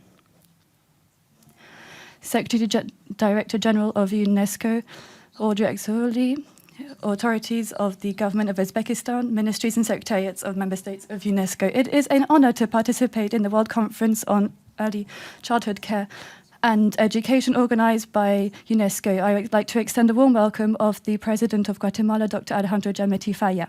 The ECCE in Guatemala is covered by the initial level for children aged 0 to 4 and then by pre-primary level from 4 to 6 years old. So ever since 2020, the Accompany to Me to Grow program was launched in the comprehensive community child development centers that involves 5 ministries and the Food Security Secretary Office. This is aimed for children aged 0 to 4 for families, pregnant women and breastfeeding women, with the aim to extend the coverage of this care. Partnerships have been established with the private sector, local municipalities and international and national cooperation as well. Preschool education has been provided with books, with tools and medical insurance and support to school food. Efforts have been made to train teachers and parents' organizations as well, plus resources have been allocated to make education free as well. The government of the Republic of Guatemala, through the Education Ministry, has ratified its compromise to its engagement to reach Target 4.2 of the SDGs. It has set up the Family Life and Institutions policy that will coordinate with different institutions and sectors to promote childhood development from birth and throughout the lifespan, upholding human rights. Thank you very much.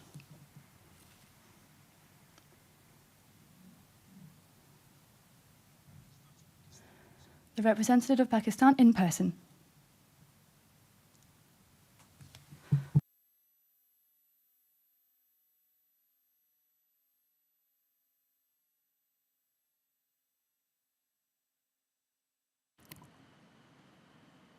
Paraît qu'il n'est pas présent. I think the representative is not here.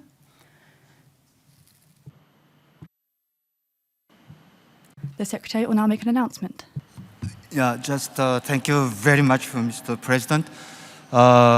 Just quickly for those delegations, heads of delegation whose travel was facilitated by UNESCO Secretariat, can you please go to that corner, green triangle, for some clarification? Please don't forget to bring the passport of the heads of delegation for sorting out the problem of your accommodation. Please. Thank you very much. Je repasse la parole. Now I would like to hand the floor to the representative of Pakistan. Nous allons poursuivre. Je passe la parole. Now I will give the floor to Sierra Leone in person and then to Mauritius in person as well. Thank you very much. I bring you greetings from Sierra Leone. Yesterday, you had my president, Julius Maada Bio, and in our country, there is the political will that ECCE is paramount. This has been infused in the free quality school education by including it into the mainstream educational system. To do this, we have created the Integrated Early Childhood Policy, which is national, and the National Minimum Standards, the National ECCE curriculum, the Sierra Leone Learning Standards, the assessment tool for early years. It will please you to know that the government of Sierra Leone, under the leadership of His Excellency, has mandated that children from 3 to 6 years have early childhood care and education. The other sources we enforced were the annual school census, which gives us information where these children are and their felt needs in early childhood care. We know the data from various regions in our country, and then this also comes into play in our education sector plan. It stands out being identified, the early childhood, and it is given a space. What more did we do? We did the best we can because the access increased from 12% in 2017 to 2018 to 2022, it is 24%, though we need more. So, because of this increase, we involve into construction of ECD centers. We had 60 of them, and these 60 centers are distributed into 6 districts. We have 16 districts, 10 more.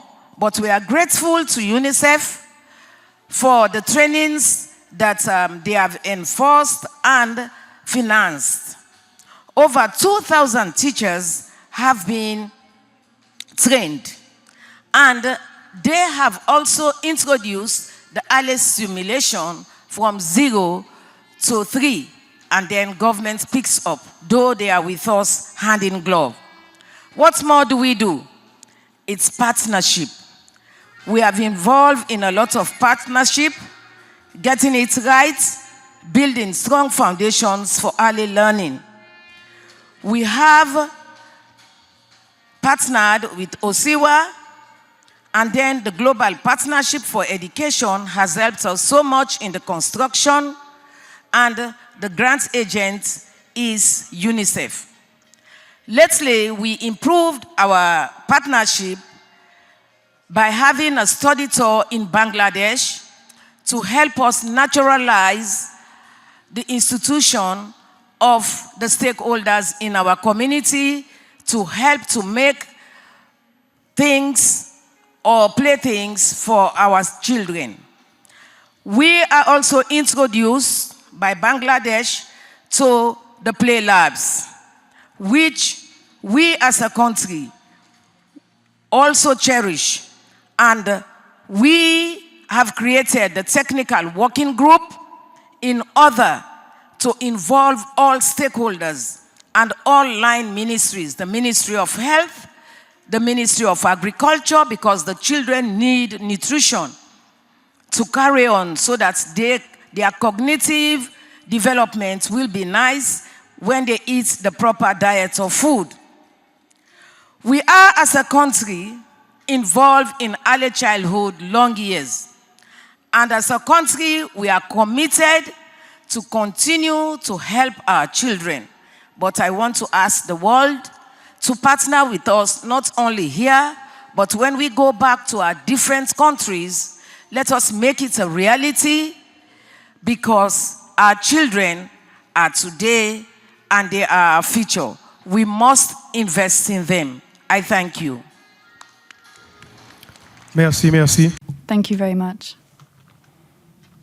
Again, I would like to urge the speakers to really respect the time limits, because we are already running very late. So please respect the 2-minute time limit. Each time you hear the little music, then please draw your speeches to a close. Now, I would like to hand the floor to St. Kitts and Nevis, followed by France. I'm heartened by this opportunity to address the challenges and policy orientation relating to the early childhood care and education, ECCE, in St. Kitts and Nevis. My government recognizes the importance of adopting international standards in developing appropriate pedagogy and practice of early childhood education, adapting and tailoring them to our small island developing state context.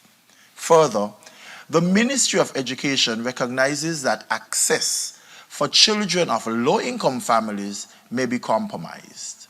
We therefore committed to providing financial support to facilitate equitable access to quality early childhood development. Research suggests that role multiplicity as well as a relative lack of trained experts, funding and resources all impact negatively on the pedagogy and practices of early childhood education.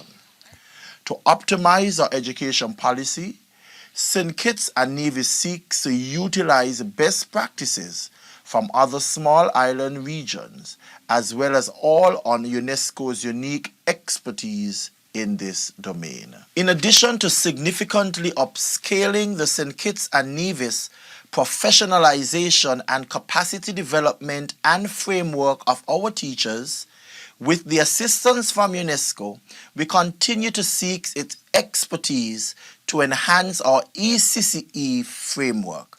Together with UNESCO, my government seeks to explore the following orientations in ECCE policy development. Developing comprehensive description of knowledge, skills, and disposition that ECCE teachers need to support holistic development of children. Providing systematic and consistent structure and content to support the professional development of the early childhood teaching and the child care workforce. Incorporating into our professionalization framework appropriate teacher quality assurance mechanisms that are more responsive to the context of the Caribbean SIDS. Driving these policy orientations is the irrefutable evidence that shows that participation in early care and education programs can confer significant benefits on our children, with the greatest benefits redounding to children from disadvantaged backgrounds and extending to families, communities, our beloved federation, and the world in general. Thank you for your time and attention.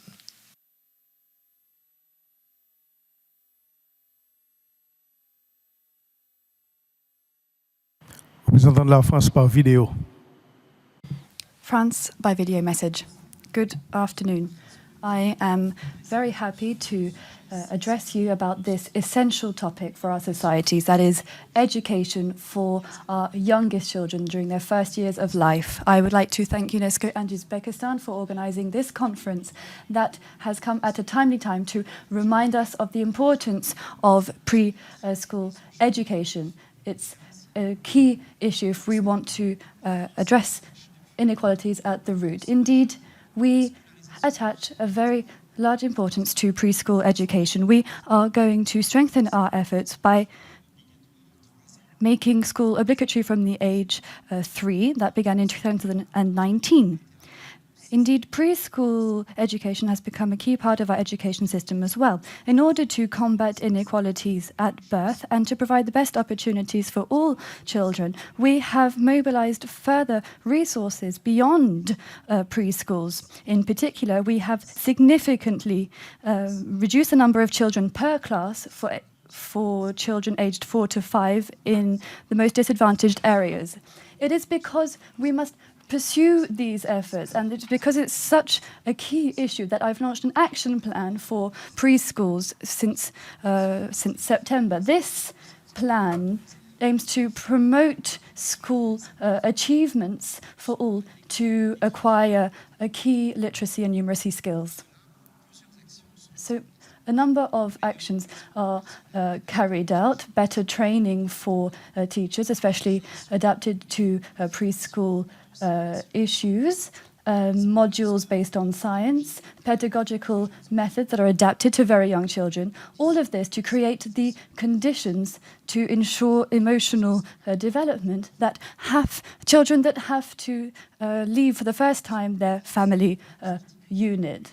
This is coordinated by the Ministry for Young Children in order to ensure a smooth care provision for young children. France is fully mobilized to support early childhood education.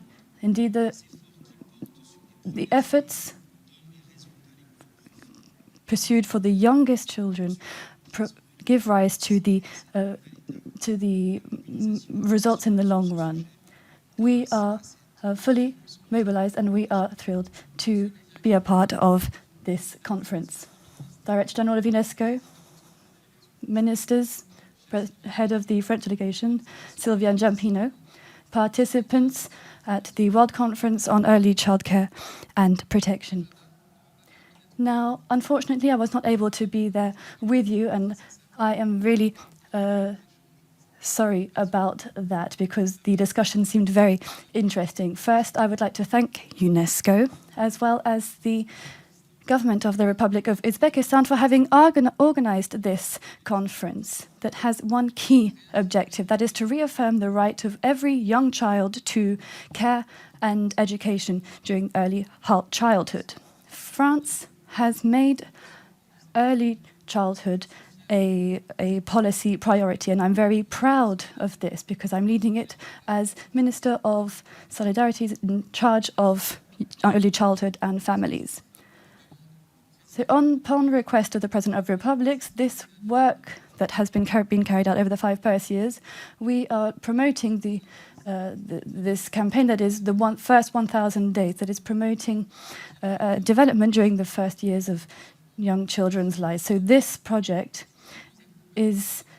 represents our values and our will to support young children from birth to their first day at school by supporting early learning and artistic and cultural awakening at nursery schools and at preschools. We base our policies on Scandinavian models and on evidence, and we'd like to ensure that young children have the place that they deserve in our policy, that is at the heart of our policy. So this campaign, the first 1,000 days, aims to ensure that young children have quality education that is accessible, and this requires strong commitment by the state, and the French government is willing to do so. Furthermore, I have set out important work to create a universal service for young children that is upholding the right of all children to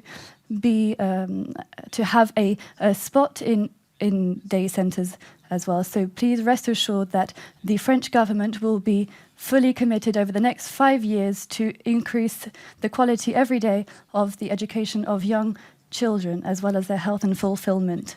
I wish you an excellent afternoon, and I can't wait to hear the conclusions of the debates. Thank you very much.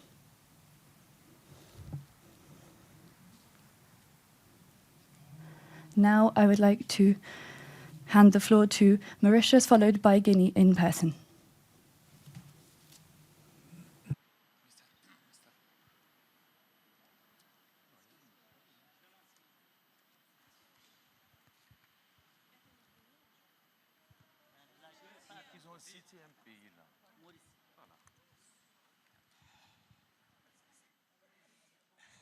Ladies and gentlemen, for several decades now, early childhood leaders, experts, and policymakers have been advocating for early childhood education to gain public recognition and find its rightful place in the formal education system.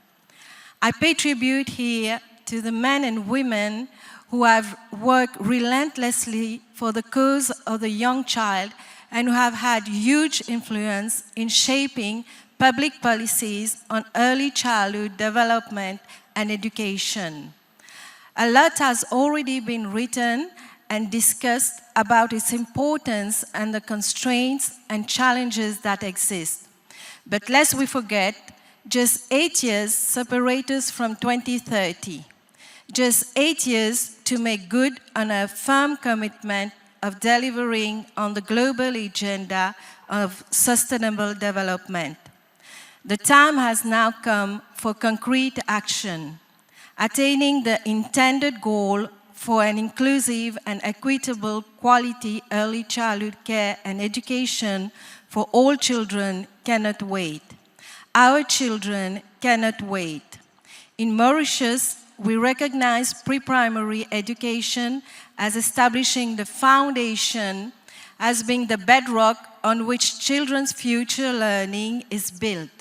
Accordingly, there are several action areas that we have been focusing on, including 1, the provision of early learning spaces. We are lucky to have reached near universal enrollment at pre-primary level. Building on this achievement, government is committed to further upgrade and modernize early learning spaces where needed, and thus ensure all children get access to quality early childhood education. We are also committed to invest further in this subsector and ultimately work towards providing free pre-primary education to all children. 2, we are committed to professionalizing the skills and competences of early childhood teachers. 3, digitalization is here to stay, and already our children have started developing a working familiarity with basic technological learning tools. Steps have already been taken to improve the digital infrastructure as a strong leverage for a duly connected, innovative, and open pre-primary system. This will be further expanded. Thank you.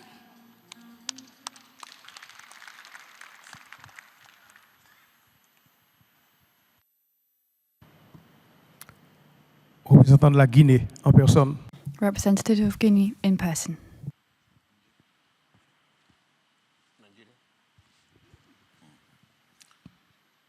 Mesdames et messieurs, Ladies and gentlemen, dear participants, this World Conference on Early Childhood Care and Education has the theme of an earlier investment in children in order to have them educated as early as possible. And to achieve that, there are major challenges to be overcome despite the political will of our governments and of our technical and financial partners.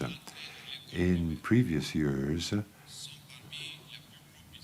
children entering primary school with the preschool education have a head start, and there is a commitment and a challenge for all people working in the education sector in order to make sure that all children are appropriately educated in the very early stages of their lives. Already 2 decades ago, my country adopted this vision of ensuring preschool education as widely as possible, and especially in rural areas, representing 2/3 of school-age children. For a long time, preschool was available only in urban areas. But to extend it to rural areas, Guinea has taken advantage of commitments by our technical and financial partners, in particular UNICEF and the World Bank, with a view to putting in place a national policy of early childhood care and education that would be based on a global approach involving communities and families, and that would also be multi-sectoral, providing those children also with hygiene conditions, proper nutrition, and so on. And so we have community centers which have made it possible to increase the number of children in preschool from 10% to 17% in a few years. In the case of girls in rural areas, the figure is 11%. Ladies and gentlemen, in closing, please allow me to thank the entire international education community, the government of Uzbekistan, and UNESCO for having organized this World Conference on Early Childhood Care and Education, which is, I believe, a resounding success. Thank you. Thank you very much. I now give the floor to the representative of Nigeria, to be followed by the representative of Pakistan. Nigeria.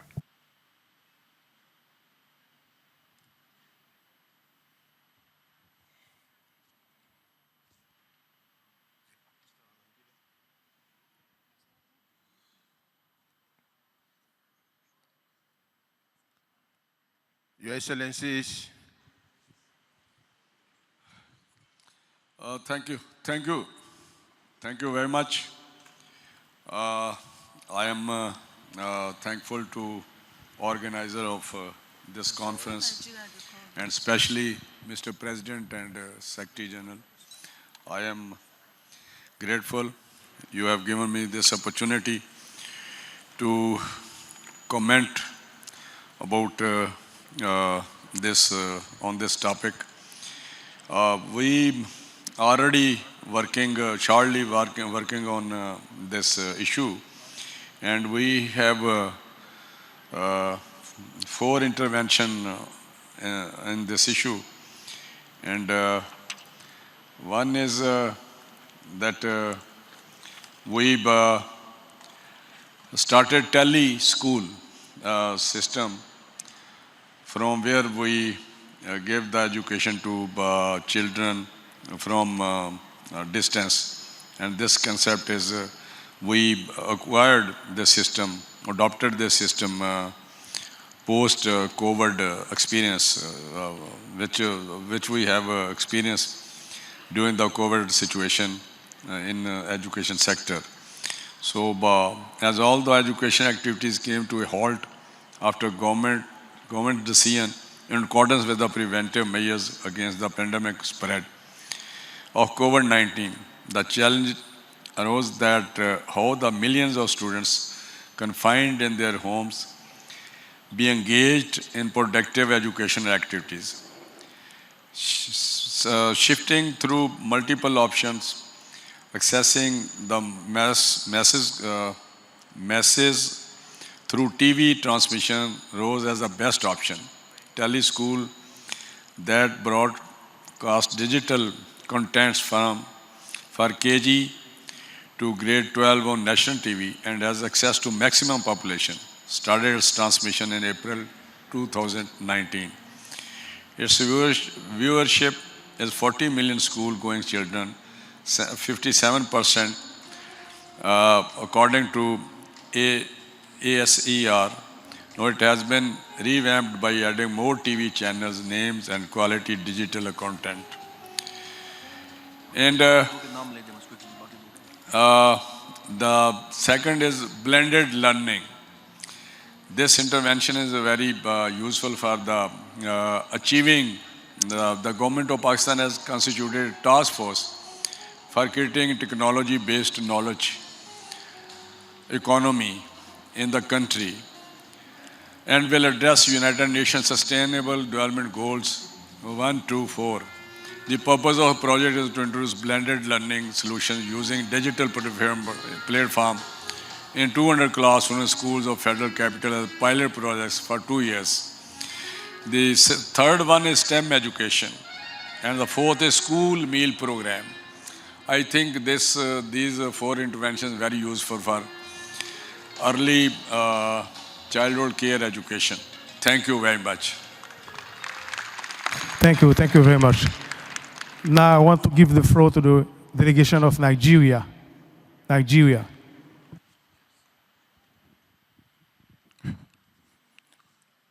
My name is Goodluck Nana Opia, the Honorable Minister of State for Education, Nigeria. Your Excellencies, distinguished ladies and gentlemen, I bring you greetings from the President, Government, and people of the Federal Republic of Nigeria. Nigeria has in place holistic national policies on education and integrated early childhood development and a government-led ECCE working group with local and international partners striving to expand, universalize, and integrate interventions on early childhood development for effective implementation and coordination of programs targeting children ages between 0 and 5 years, which include areas of health, nutrition, and child protection, and the 1-year free and compulsory primary education policy and programs. In spite of these efforts, some of Nigerians' dear children in these early childhood years are not on track developmentally due to issues of poverty, poor nutrition, and inadequate nurturing care.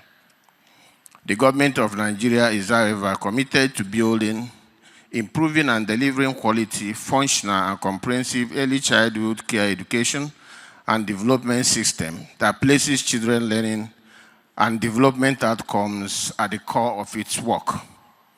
We shall continue to ensure that all Nigerian children from early years have holistic development opportunities to give them the best start to prepare them for the world and the future they deserve. Thank you for your attention. Well done, thank you. Maintenant, on revient avec la... And now we'll be able to see the video of Finland. Finland, please. Ministers, distinguished delegates, I wish to thank the Republic of Uzbekistan and UNESCO for convening this World Conference on Early Childhood Care and Education in Tashkent. As we know, the foundations of learning are laid in the first years of each human's life, and access to high-quality early childhood education and care brings a range of benefits both to the individual and to the whole of society. In Finland, ECCE is based on the principle of educare, which combines education, teaching, learning, and care with a particular emphasis on play-based and child-initiated pedagogy. The Finnish government has made substantial and financial investments in education. We want to improve the quality and equity of our system and increase the participation rate of children in the early childhood education system. Over the last couple of years, our societies have faced an unprecedented amount of change and turmoil. Today, our message must be clear. Early childhood education and care is a human right and an investment we cannot afford to postpone. It lays the foundations for learning, for social and emotional development, and for the well-being of our children. We are also pleased to develop further our institutional cooperation with the World Conference host country Uzbekistan. ECCE has been one of the areas where we have already shared our experiences and best practices. Finland strongly believes in the transformative power of the SDG 4 in bringing about change and building peaceful, just, and inclusive societies. Educated minds and hearts are the best and the most sustainable asset any nation can have.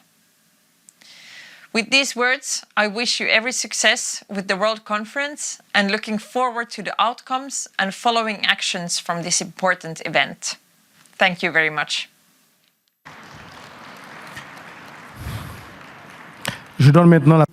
I now give the floor to the representative of Guinea-Bissau, to be followed by the representative of Gabon. Guinea-Bissau.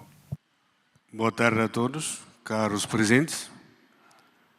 O sistema educativo da Guiné-Bissau é do século XXI, apesar das presentes sinais de grandes desafios.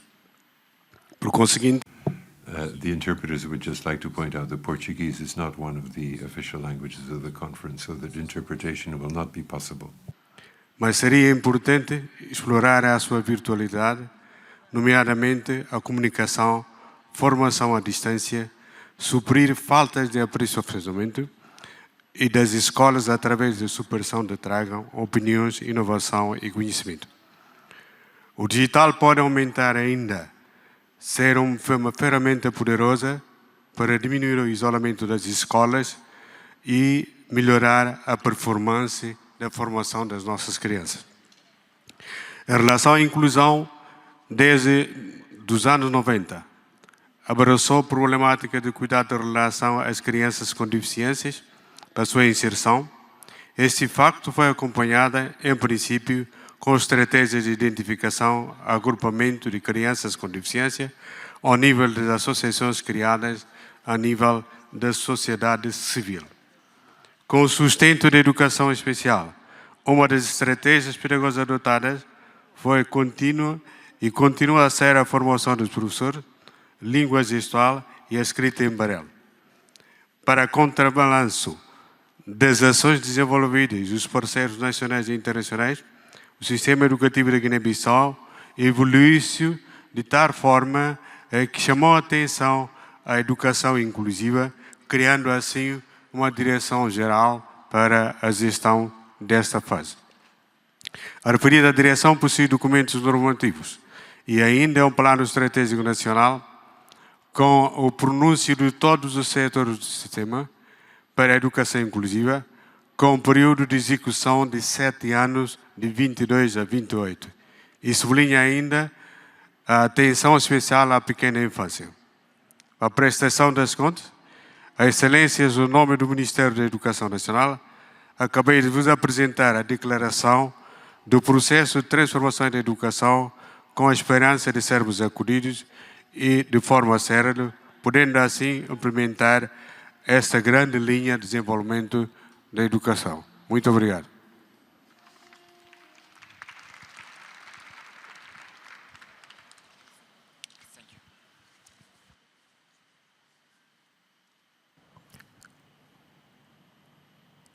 La parole est au représentant.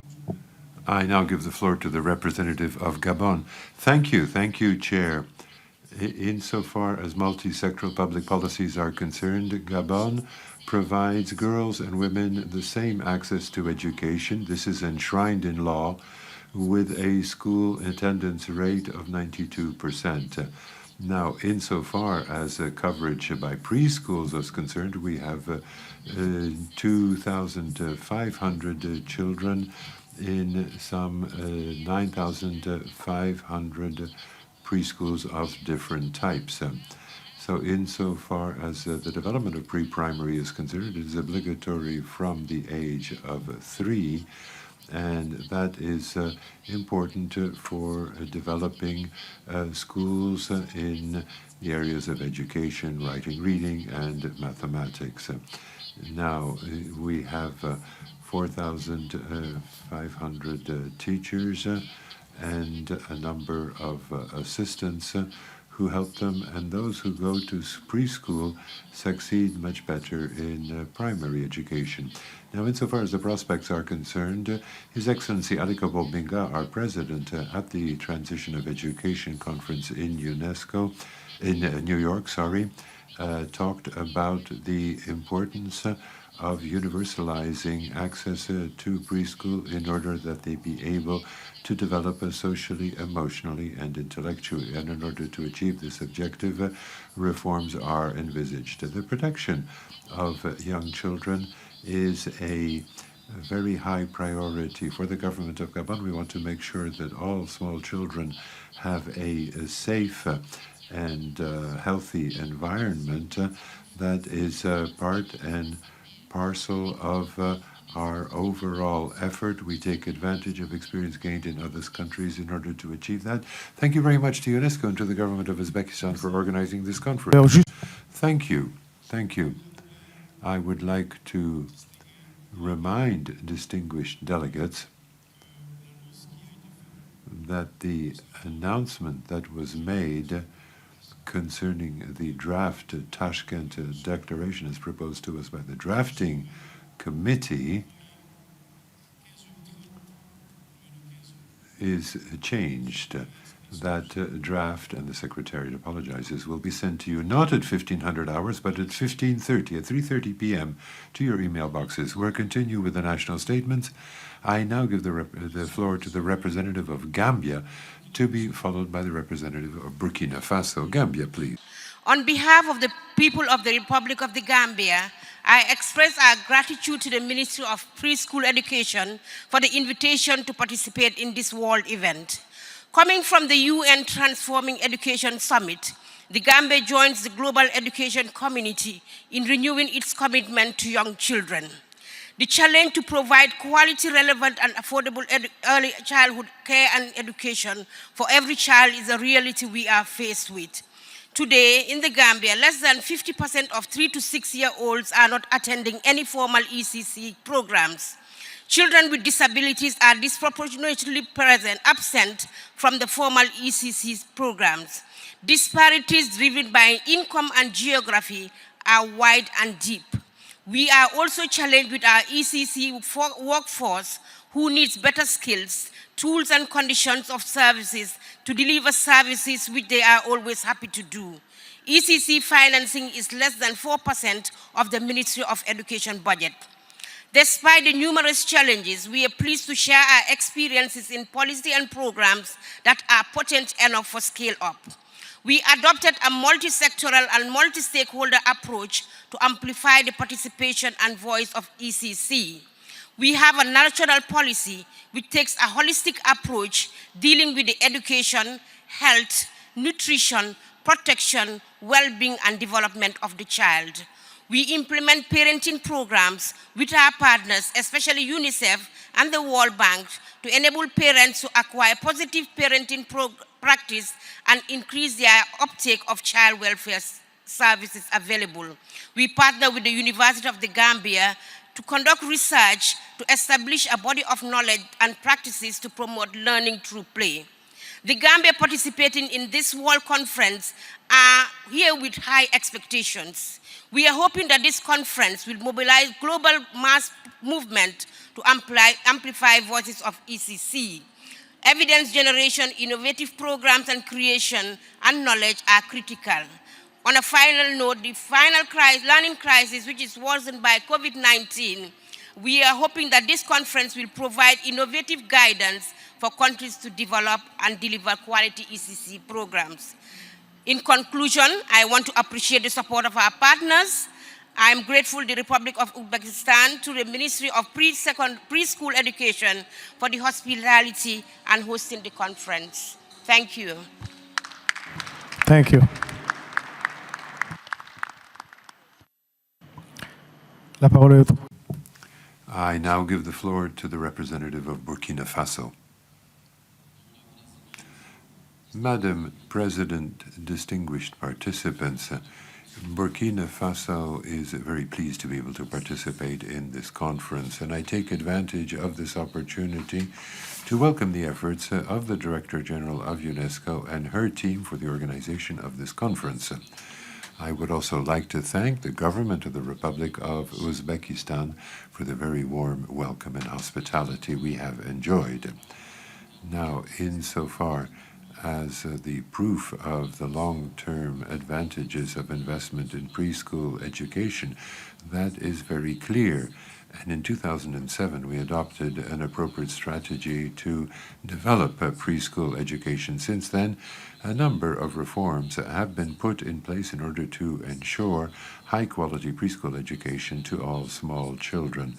In particular, preschool education was moved from the ministry responsible for social services to the ministry responsible for national education. And the preschool education curriculum was reformed in order to bring it more in line, to align it with the primary school curriculum. And we have adopted a strategy for accelerated development of preschool education in the period 21-25. We have a special institute for training teachers in preschool education, and we also have a television channel available for distance learning. And in addition, 30% of the government's budget will be earmarked for education in that same period, 21-25, with therefore also enhanced investment in early childhood care and education. Thank you for your attention. I now give the floor to the representative of Venezuela by video, to be followed by Canada in person.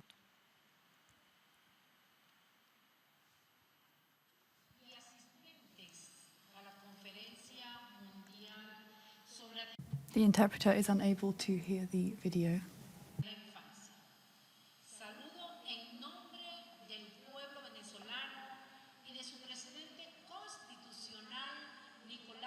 Unfortunately, the interpreters are unable to hear Venezuela's speech.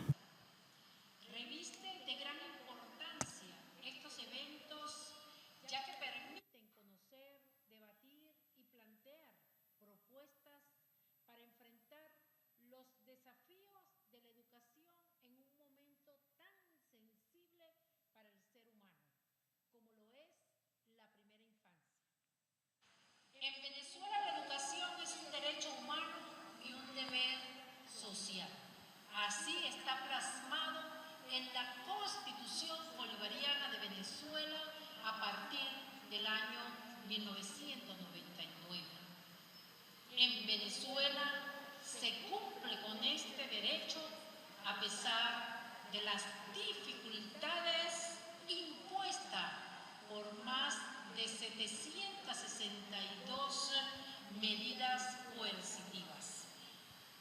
Enfrentamos los grandes desafíos también de la pandemia, de la COVID-19. Los logros obtenidos a pesar del acecho imperial y de la pandemia hoy se pueden mostrar.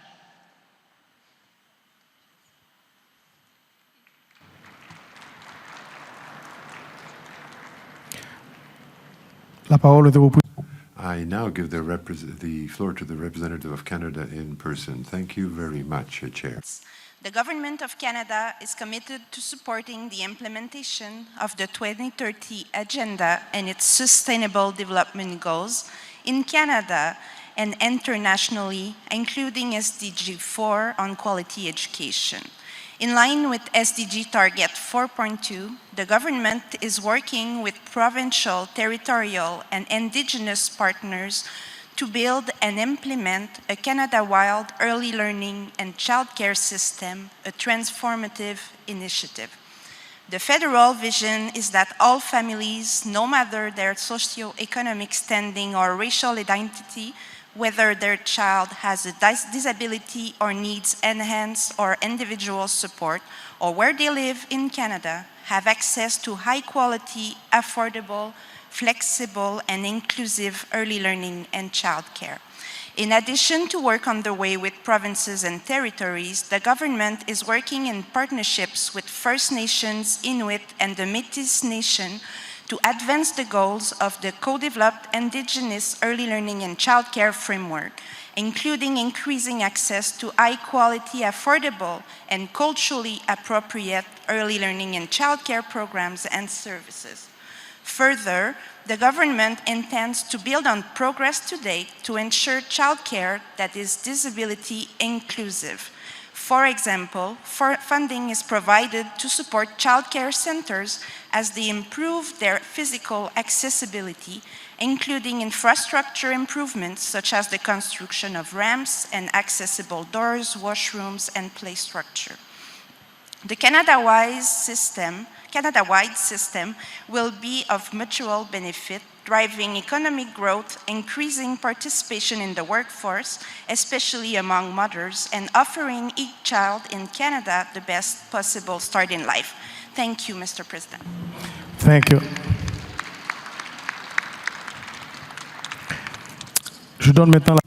I now give the floor to the representative of Cameroon, to be followed by the representative of Kurdistan. Thank you very much for having given me the floor as a representative of Cameroon. Preschool education occupies a very significant role in the education sector. We believe that there is no further evidence required to demonstrate that this is important for the overall development of the individual. This has been proved by a number of studies. It is also important for the intellectual development of the children. And that is why the government has committed itself at the international level to provide high quality and inclusive education right through one's life, including preschool. The objective through its Program 101 is to extend preschool education right across the territory. This includes nutrition, healthcare, and education for the parents.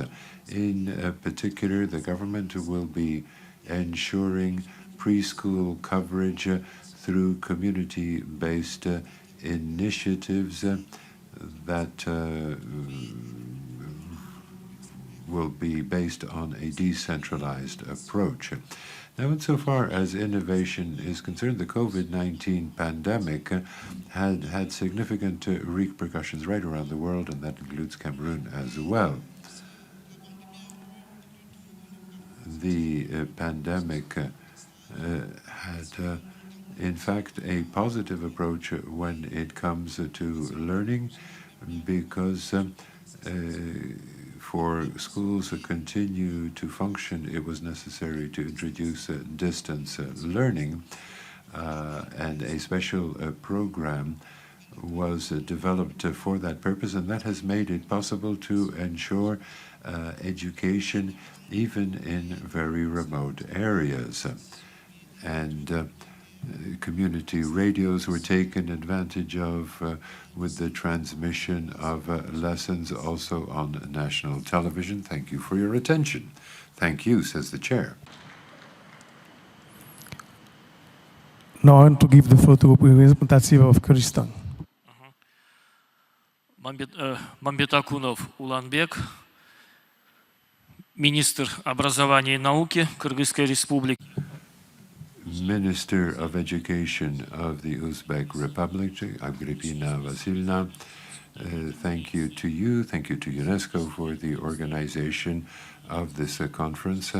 At the present time in Kyrgyzstan, we have some 2 million children representing 40% of the population.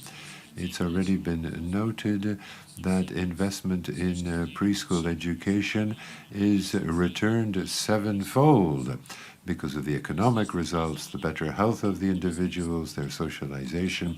And the Ministry of Education of the Republic, together with UNICEF, has recognized the importance of investing in preschool education, providing alternative programs of preschool education and extending preschooling right across the Republic. In 2014, 23% of children aged 3 to 6 were going to school, but now that indicator has increased to 38%. Of course, that means that we still have more than 60% of children aged 3 to 6 who cannot go to school. And one way to improve that situation is to attract private sector investment. And so the Minister of Education, together with the Public-Private Partnership Agency and with UNICEF, has made such programs available. They are offered support, and we believe that this innovative partnership funding approach will result in a greater number of preschools for the children of the Republic. We have an interactive platform called the Education Passport, where teachers at all levels can obtain access to educational materials. And we have a fund called Indirom, which is funded by Otunbayeva, the President of the Republic. And there are child development centers set up at libraries where children go twice a week for 3-hour periods where they are socialized and can learn to read. So these are the kinds of approaches that we are adopting to improve preschooling in my republic. Thank you. Before giving the floor to the last two speakers, I would like to confirm that now you have all received the draft Tashkent Declaration. I give the floor to the last member state that wishes to take the floor, namely Uzbekistan, and that will be followed by an observer that has asked to speak, namely the UNHCR.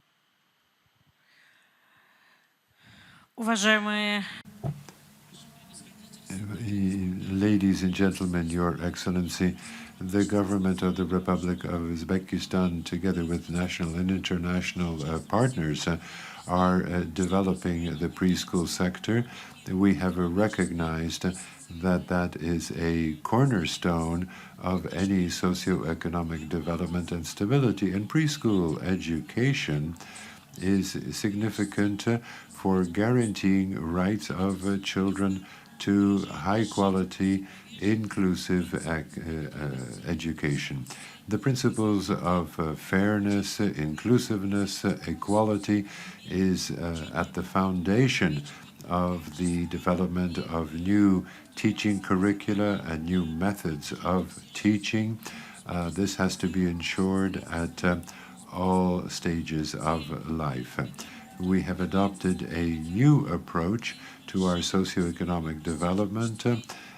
Education, high-quality education, is seen as a priority task. What is most important, of course, is to ensure the education transformation that we talked about at a recent conference. The mobilization of all available resources have also to be used to overcome the consequences of the pandemic, and this, of course, needs to be done with full respect for our national specificities. Our government calls all member states of UNESCO and international partners to accept an overall strategy that would guarantee the right of every child on the planet to have high-quality access to education and also the right to be happy. Thank you for your attention. La parole Now, UNHCR has the floor for 1 minute. Thank you very much.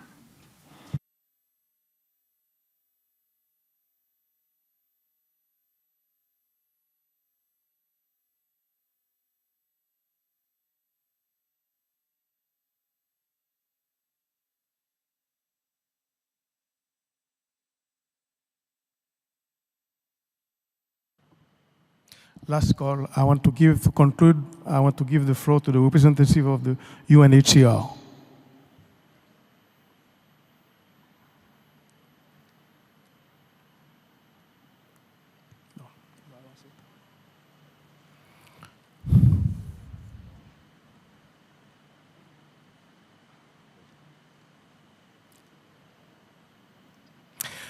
Nous allons conclure. We are going to wrap up. Again, I would like to thank the president of this conference, Her Excellency Agrippina Shin. She has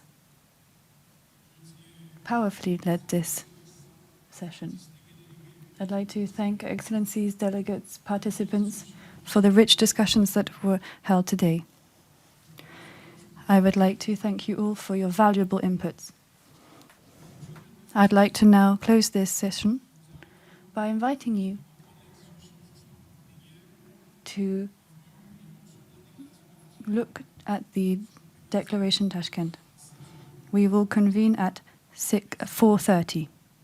4:30. Thank you very much. I will now give the floor to the Secretariat for a few announcements. Thank you very much.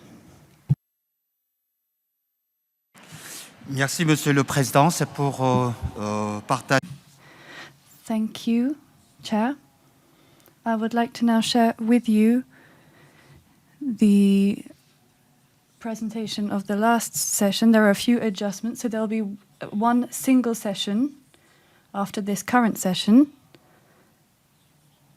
It will include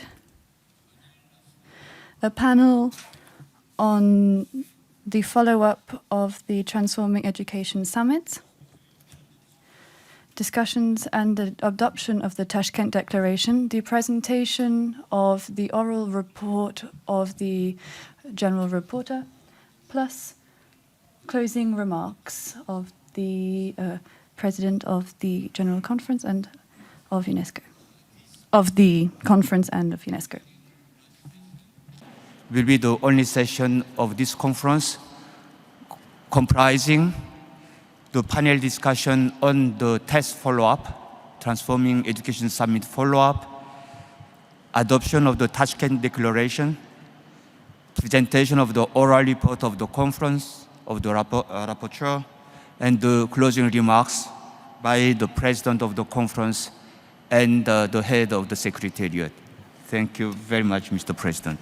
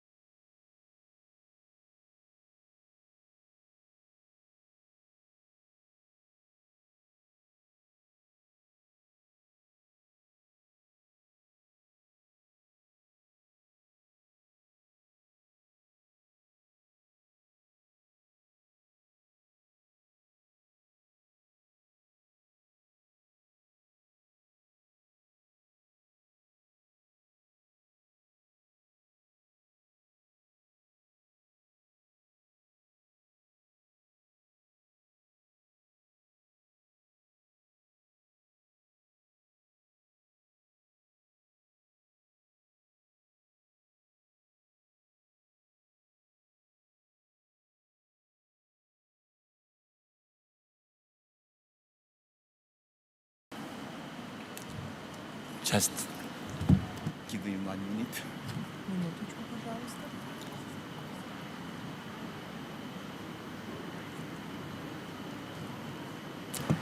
Yes. Yes, Madam, you have the quorum. Thank you very much. Distinguished delegates and participants, we will now be beginning our last session of the conference. Given that we have little time, we will be having one session divided into 2 segments. The first segment will focus on the last part of the conference, and the second segment will be the adoption of the Tashkent Declaration on ECCE.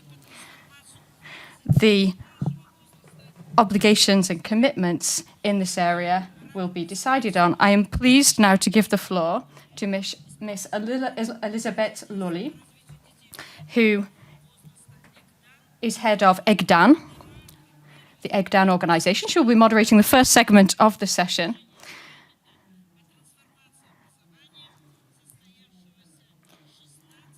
So as to discuss the outcomes of the conference, which has taken from the 16th to, that took place from the 16th to the 19th of September in the last year. Thank you. You have the floor, Madam.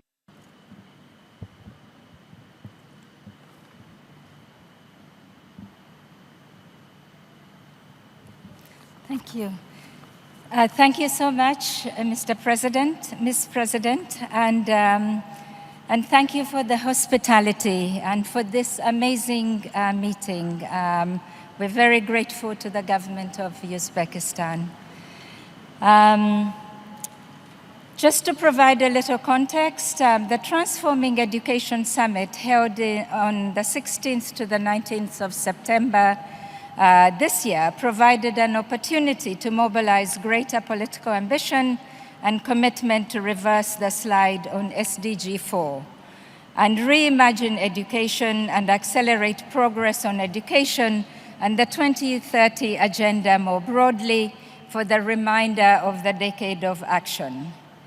The UN Secretary General, in his vision statement, reiterated that learning should start at the earliest stages of life, and that early childhood care and education is the most important investment governments can make to improve learning outcomes and prevent and reverse intergenerational inequalities.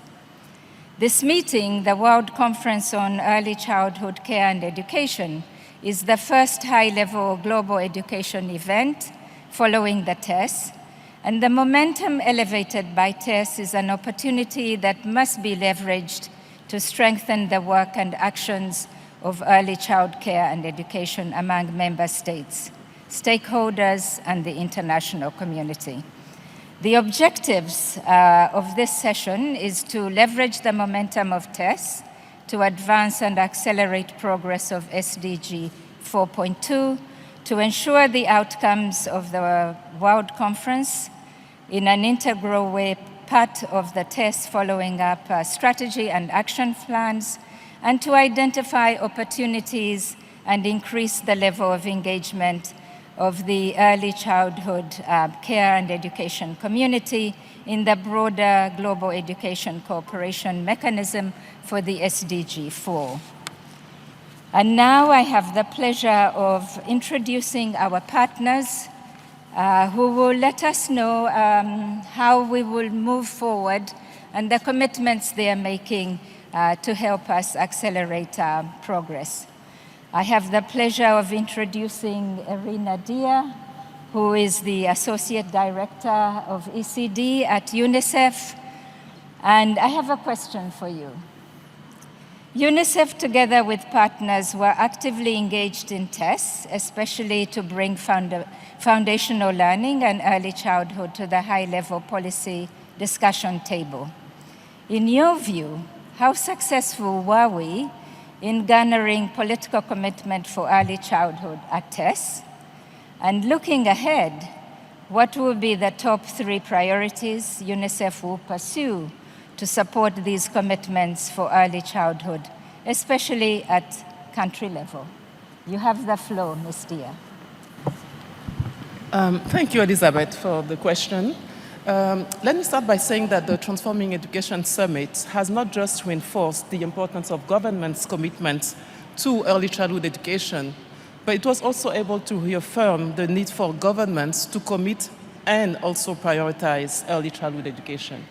And what happened in the summit is that more than half the countries present there have agreed to redouble efforts to address inadequate levels of basic literacy and numeracy skills with focused attention on disadvantaged learners. Most of these commitments have identified free, universal early childhood education as the key to narrowing literacy achievement gaps in primary grades. With a significant proportion of new entrants to primary education under-equipped with basic school readiness skills post-COVID, the significance of these commitments cannot be overstated.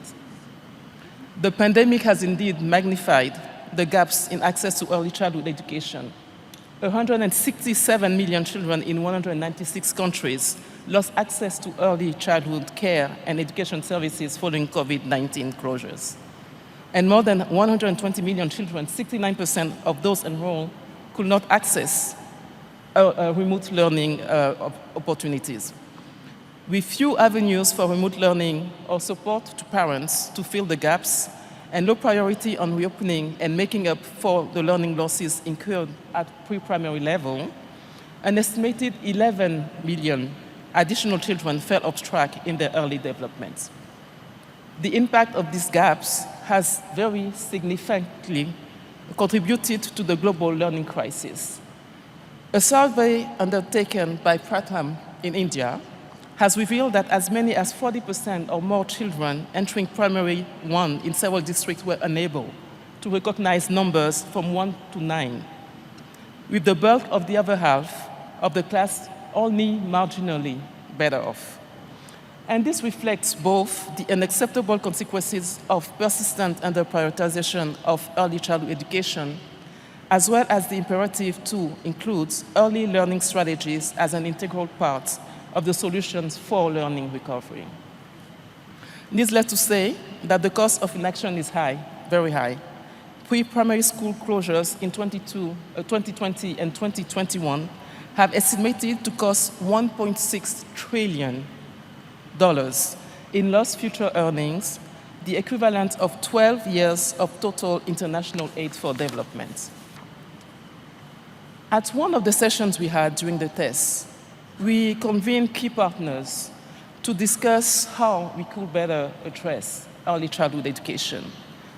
Participating ministers from 9 different countries across Asia, Africa, and Middle East shared concrete strategies being used to prioritize early learning, and that included reaching parents through education platforms, focus on rural areas, heightening equity, broadening the focus on quality beyond infrastructure, language issues in early learning, and technology-enabled, including ECCE systems to support children with disabilities and their families.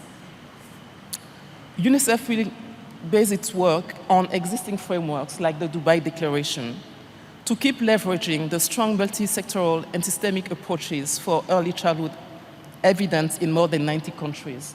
This to rapidly advance school readiness and successful transition of young learners to primary education in alignment with SDG Target 4.2. The 5 Million Futures flagship program provides a multi-stakeholder platform to support more than 50 front-runner countries that have invested in strengthening their early childhood systems and are at the tipping point of scaling their pre-primary provision with emphasis on equity and quality. And this is really important in the sense that unless we move on to scale up, it's going to be very difficult to reach all the children that need support with early learning opportunities. As we invest in strengthening early learning policies and environments, we should not lose sight of the fact that nurturing care is also an essential element of the equation if we want children to reach their full development potential. Consequently, UNICEF will keep providing support for parenting as an accelerator to early childhood development, and family-friendly policies as a holistic and balanced package to promote children's learning and development through access to adequate time, resources, and services to care for their young children. We will also work with governments to identify critical investments in early childhood development and education in national budgets to be prioritized and protected in difficult fiscal contexts, and build capacity across key social sector ministries at both national and local levels to strengthen budget planning, costing, formulation, and coordination. I thank you for your attention. Just in time for the music, right? Thank you, Irina, and thank you for making those commitments on behalf of UNICEF. And now I have the pleasure of introducing Ms. Amanda De Vacelli, who is a global lead of ECD of Early Childhood Development at the World Bank. Amanda, the various deliberations during this conference have completely reaffirmed that investing in the early years is one of the smartest things a country can do to eliminate extreme poverty, boost shared prosperity, and create the human capital needed for economies to diversify and grow. So what are the critical opportunities do you see now for us to leverage in the immediate aftermath of tests, to introduce new and cost-effective solutions to expand the coverage and the quality of early childhood care and pre-primary education, especially in low and lower middle income countries? What could we expect from the World Bank in supporting these countries to follow up on this conference? Thanks, Elizabeth, and sincere thanks to the government of Uzbekistan and UNESCO for this great opportunity to be together. So I agree with Irina that the Transforming Education Summit really put education on the map. And so the good news is we have an opportunity now. But I think we also need to recognize that it put learning poverty front and center on the map, right? So learning poverty is a measure of the percentage of children in a country who are 10 years old who can't read and understand a simple paragraph. And that percentage has increased to about 70% of all children in the world today following COVID. So the good news is education is on the map, but I think it's incumbent on all of us in the room to make sure that early childhood care and education are strongly a part of the conversation of how we can reduce learning poverty and the urgent actions we need to take right now to help young children and help education systems recover. So we all need to say that loud, say it clearly, and continue to say it, because I think there is a risk of early childhood being drowned out in the context of all of the other challenges facing education sectors. Related to that, I think we must make the point about quality. We have to be clear that expansion of early childhood care and education has to be done with decent quality for all children, and of course, keeping in mind the most disadvantaged children. We cannot scale access to poor quality programs. We know that won't help children, and we know that we have the tools today to improve quality, to build the workforce, to measure quality, and we can all work together on that.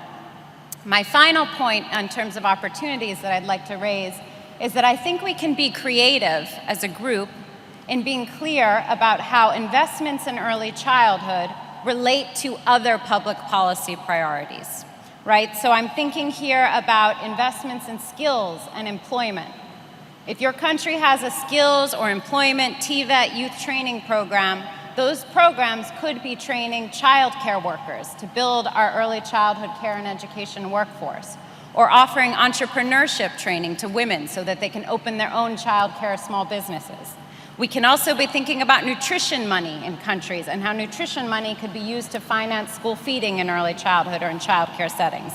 And we can absolutely be talking more about childcare and the linkages between investments in early childhood and women's economic empowerment.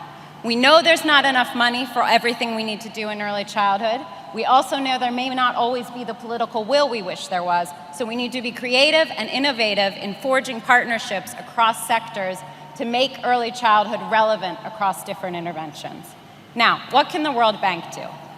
Well, we can provide finance, And I'm very pleased to say that our investments in early childhood have grown substantially in response to country demand. So in 2017, the World Bank's portfolio in early childhood education was $500 million. This year, in 2022, it is $2 billion. And Les, do you think that is, thank you. That's thanks to all of you because it's based on government demand. And Les, do you think that's just inflation? The proportion of our education budget going to early childhood education has gone from 5% to 13%. So that's a true increase. But I want to stress that World Bank finance flows in response to government demand. So please, ask your ministers of education, ask your ministers of finance to prioritize early childhood investments. And you have my commitment as global lead for early childhood development at the bank that our global team and our country teams will be ready to work with you to increase these smart investments to help our education systems and our country's futures. And the last thing I want to say is a little bit personal since I have a minute left. My first country that I worked on for the World Bank 12 years ago was Uzbekistan. And at the time, the government of Uzbekistan was a wonderful place to learn. And at the time, the government of Uzbekistan didn't have any strong investment in early childhood education. It was post-Soviet times. The enrollment rate was less than 20%. And they came to us and said, what can we do to improve access, to reach the most vulnerable, to improve quality? And the World Bank worked with the government to to do an initial analysis, to understand how to refine programs to meet family needs, focus on rural areas, have more innovative models. We worked with partners like UNICEF and others in the country. And today, you've all seen the incredible work. But it's been a hard, long road, right? It's been multiple administrations, multiple projects, multiple efforts from multiple partners. This doesn't happen overnight. It's taken more than a decade, but it's a great example of how working together in partnership, we can all achieve so much for children. Thank you. Thank you. Well, thank you, Amanda. That was good news, and we hope that the resources will continue to grow. But I hope also the message was heard that the ministers of education should talk to the ministers of finance, because if you demand from the bank, you will be given. Thank you, Amanda. And now we go to our partner, UNESCO. I'm happy, I'm very pleased to introduce Ms. Maki Kasuno Hayashikawa, who is a director at UNESCO. And I have a question for you too.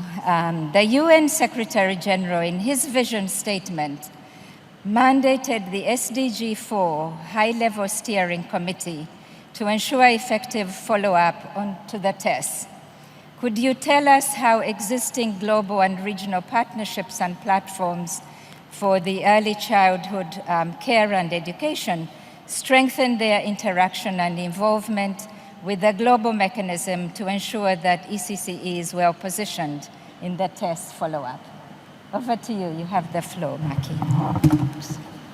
Thank you very much, Elizabeth, for that question as well. I think I kind of build on nicely with what Irina and Amanda mentioned. And of course, the Transforming Education Summit really placed education at the top of the political agenda. But we also have to make sure that early childhood is really at the center of that as well. Now, of course, there was a lot of engagement from ECCE stakeholders during the Transforming Education Summit. But probably from various observations, the collective voice of ECCE partnerships to push ECCE as a key element of transformation education wasn't probably strong as enough, compared to the other thematic stakeholders like gender and teachers and so on. But this doesn't really mean that countries were neglecting ECCE during the tests. In fact, from the detailed analysis of all the national statement of commitments that we have conducted, there was a clear trend observed whereby countries referenced the importance of focusing on the early years of life to build a foundation of not only learning, but for transforming the society and lives of people. So out of the 133 reports we actually received and analyzed, about a quarter of countries have advocated explicitly for free or affordable ECCE, given that recognizes the power of early childhood as a key socioeconomic equalizer, addressing inequalities. It's the best solution to addressing learning losses, breaking the poverty cycle, discrimination, exclusion, marginalization, so on, as we also heard from my two colleagues before me. And so it is not too late. I mean, it's very fortunate that this ECCE conference is taking place as the first major education event right after the Transforming Education Summit. And this conference has fully built on the momentum created by TESS. So now we must really leverage the conference outcomes and use a commitment to be issued at the end of this session today to explicitly bring ECCE on the top of the political agenda. Now that we are working on this, follow-up strategies to the Transforming Education Summit, countries are encouraged to translate their commitments made at the highest level in New York to be implemented at national, subnational, and all the way down to the local community levels. And we want to see impact on the ground by transforming education to transform lives. So to support countries to ensure ECCE will be at the heart of the translation and implementation efforts, the global regional partnerships and networks and platforms for ECCE should really strengthen engagement with the other different sub-mechanisms that are being operating at the global level under the Global Coordination Mechanism for SDG 4, guided by the SDG 4 High-Level Steering Committee. And I will see 3 levels at which the ECCE partners could or should engage immediately. First, at the political level, let's keep ECCE at the highest level policy agenda by influencing the High-Level Steering Committee members. The High-Level Steering Committee members are composed of representatives of key constituencies in education: governments, multilateral agencies, the financing entities, the civil society, teachers, students, and foundation private sector. ECCE actors should really reach out to these members through their own constituency entry points and to systematically advocate for ECCE cause. Second, I would see that advocacy and partnership is critical. And under the Global Cooperation Mechanism, there are various broader stakeholder platforms. One of them is the SDG 4 Youth Network. And this conference has reminded us the critical role that youth play or should play in advocating for ECCE. Now, the SDG 4 Youth Network that was launched under the High-Level Steering Committee auspices has been leading the TESS Youth Forum, the Youth Declaration, which was launched in New York. And this network is now currently working on elaborating on a youth initiative that stems out of the declaration itself. So advocacy by youth for ECCE is critical given the increasingly central role that youth play today in advancing education agenda globally. And so it is a critical moment for the early childhood care education community to engage with the education, SDG 4 Education Youth Network. And thirdly, at the technical level, the High-Level Steering Committee has 3 advisory functions to support the acceleration of SDG 4 in countries: in policy, in data monitoring, and in financing. And under each of these technical committees, there will be technical committees under each functions to conduct research, consultations, and developing policy guidance. The global and regional ECCE platforms and networks should really actively participate in these discussions and activities that these technical committees will organize, and to bring the ECCE voices when defining the scope of the work of these technical committees undertake. And I would say that TESS emphasized the need for a whole government approach and for transforming education. And what could be better than early childhood to demonstrate the whole government approach? ECCE necessitates the intersectoral approach, a very comprehensive approach. And that can really, ECCE can really help to bridge the different sectors beyond education to come and work together. And I think there's a lesson learned that we can build on for transforming education in the coming years. Thank you very much. Thank you, Maki. And thank you for talking about partnerships, because no one organization or any sector or ministerial group can deal with the task that we have at hand and really address the reversal of SDG 4. But I'm most excited about the youth and working with them very closely. They are very powerful, they are very passionate, and I truly enjoyed the Youth Forum at this meeting. So we look forward to really leveraging your voice on behalf of the younger children that are not in this room. So thank you, Maki, and those commitments on behalf of UNESCO. And now I have the pleasure of introducing my dear friend, Mercedes Mayol-Lassalle, who is the president of the World Organization on Early Childhood Education. And she will deliver a statement on behalf of the non-state actors, CSOs and youth and other networks. The pre-Congress day of the World Conference on Early Childhood care and education this year that we are attending was the Engagement Day, where forums with young people, civil society organizations, and private actors were held to allow dialogues with governments and create a multi-stakeholder approach that is essential to generate alliances that strengthen ECCE. And they were the most passionate and most interesting forums on this conference.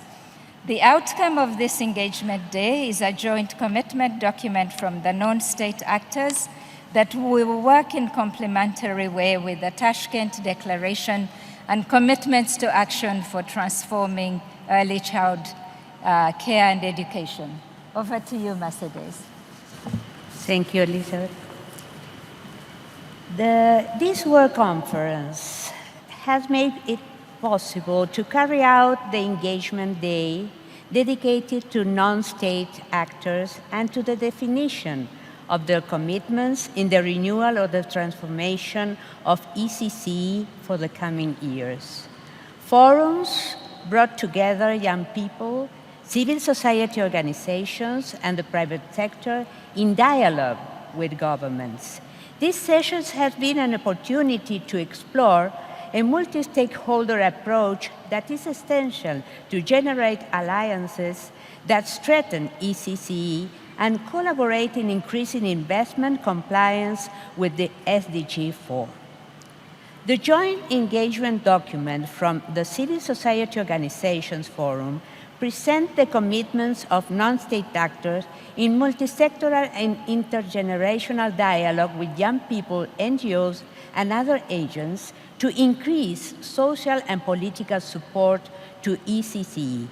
Inclusive and quality care and education are human rights and key factors for every young child to thrive and develop to their fullest potential. It is known that without extraordinary efforts, Goal 4.2 and other goals related to early childhood will not be achieved. State must develop and lead actions to drive changes in ECCE, but governments alone cannot achieve this. Education is a public good, of which the state is a guarantor of duties, but it is also a product of a shared social effort. Non-state actors, including civil society, the private sector, communities, families, youth, and children, have an important role to play in realizing the right to quality and inclusive ECCE, as well as other human rights, by safeguarding the principles of non-discrimination, equal opportunities, and social justice. In this regard, the Abidjan Principles on the Rights to Education provide guidelines for states to define the public service obligations and non-state actors involved in education to ensure their contribution to the realization of the right to education. The joint statement for ECCE of non-state actors integrates in a single document the engagement built in Civil Society Organization Forum and the one from the Youth Forum. The civil society RISE commitment based in the Global Partnership Strategy for Early Childhood, as well as the vision statement of the UN General Secretary at the Transforming Education Summit. For inclusion, quality, and well-being, they are committed to improving access to and participation in quality ECCE, ensuring inclusion and equity, promoting collaboration between NGOs, supporting national governments to promote gender transformative curriculum, committed with sustainability and citizenship through play and through responsible pedagogy. Regarding ECCE workforce and teachers and caregivers, the Forum committed to support governments in strengthening ECCE workforce by creating opportunities for professional development following the ILO policy guidelines for the promotion of decent work. Regarding program innovation, the CSO Forum committed to develop knowledge, share resources, and scale up promising practice.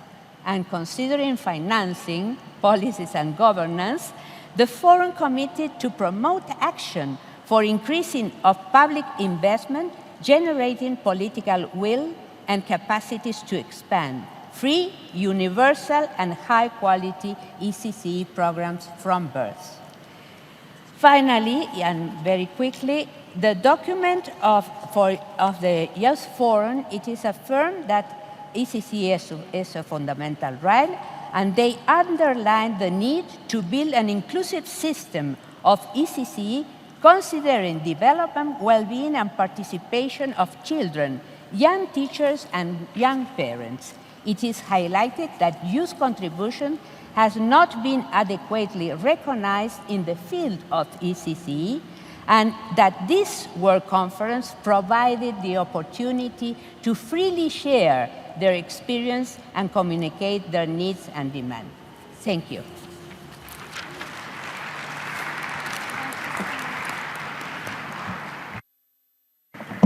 Thank you, Mercedes, and the partnership with civil society, with youth, with the private sector underpins the success that we're striving for. And we count on you to build the political commitment that we need to remind us about the rights to education and care for young children, and finally to make sure that inclusion and equity is not forgotten. So thank you so much. Thank you. And over to you, Madam President. Thank you. Thank you very much, Elizabeth. We can now therefore begin the second segment of this section, which will focus on the adoption of the Tashkent Declaration. After 3 full days of interesting discussions and exchanges and reports by experts and delegations, all of our participants now have the opportunity to adopt a declaration concerning their commitments to ECCE. We have here today come together to demonstrate the importance that we attach to ECCE. Political commitments are a way to help us advance our agenda in education. However, this document will also have a decisive role in helping to build strong national education systems for young children. It will also help to ensure inclusive, high-quality, equitable education at a young age for all. It will help to strengthen the role of all actors involved in this sector. It will help us to transform our education and help us to strengthen policies, infrastructure, and funds in this area. All of this will be reflected in the Tashkent Declaration and commitments with respect to ECCE. The declaration will be the result of collective efforts. As we have said during the conference, education begins early. And we have drawn in our discussions on local and international knowledge and expertise, and on your various comments and feedback over the past 3 days. The committee that has drawn up the declaration has also made some amendments, and you've received the document. You received it earlier today. This document expresses a global consensus and a shared vision as regard to the main principles, actions and values that are essential for forwarding or advancing work with respect to ECCE. First of all, this will help us to work towards SDG 4.2 by building on possibilities for cooperation and collective work. I would like to take this opportunity to thank everyone who's been involved in the drafting committee for their dedicated work. I would also like to thank all delegates and UNESCO experts who have made it possible for us to produce the declaration as we have it on the table before us. I would also like to ask I would also like to thank the drafting committee for including the various amendments and recommendations that have been made. And I would like to give the drafting committee the floor now. They will present the declaration to us. I give you the floor. Thank you.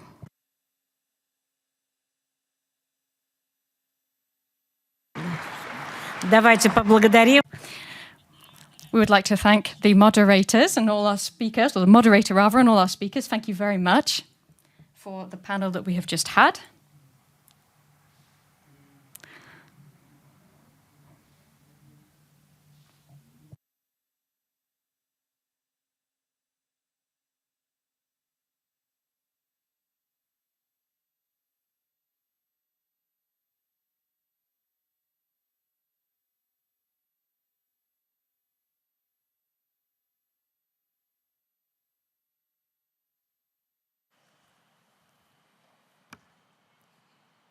Excellencies, distinguished participants, ladies and gentlemen.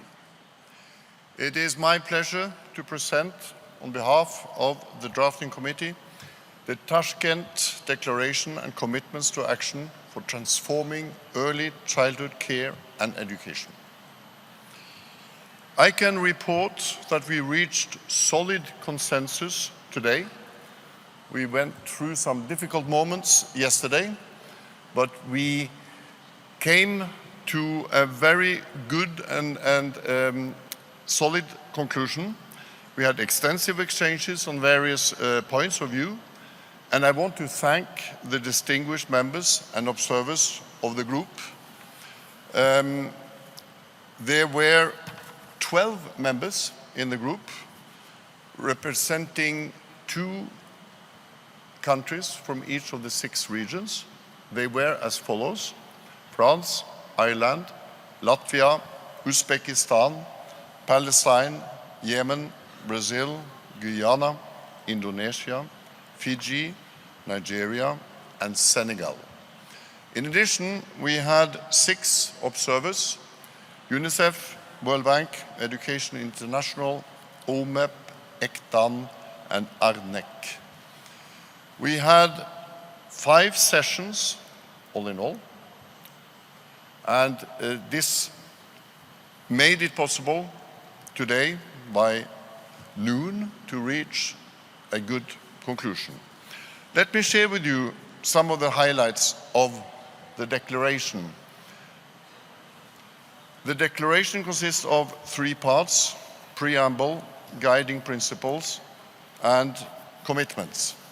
I shouldn't forget to tell you that the translation into perfect French, which will be aligned with the English main document, will be finally distributed on first coming Monday. Now, in the preamble, we acknowledge progress in ECCE from Moscow, held in 2010, to Incheon 2015, to Tashkent, which will pave the way for ECCE in the years to come for significantly strengthened ECCE provision. Let me recall some of the main challenges in ECCE. Privatization: non-state actors are responsible for a majority of the ECCE provision, especially in the age group 0 to 3. Directly linked to this is the lack of public ECCE provision and lack of public spending. The status of ECCE profession is low. The working conditions, qualifications, and remuneration of ECCE personnel is lower than that of other professions, especially of other teachers. We then come to the midsection, the guiding principles. Equity and inclusion within a human rights framework is very, very important. There is agreement to prioritize the most vulnerable and to adapt ECCE provision to the needs of marginalized children, families, and communities. Second principle has to do with ECCE personnel and the importance that teachers can make in enhancing the quality, relevance, and pertinence of ECCE services. Beyond education, this is a societal approach including parents, communities, caregivers, and multiple stakeholders. Third principle is about coordination between the sectors, education, health, social development, between the public and the private. All of this makes the delivery of early childhood care and education more complex than others, but it's very important to ensure good cooperation and coordination between all of these parts. We come to the most important parts of the declaration, the commitments, and this is where we spent significant amount of time. I think there are three main parts of this commitment that I would like to highlight. First of all, reaffirm the importance of ensuring at least 1 year of free and compulsory quality pre-primary education for all.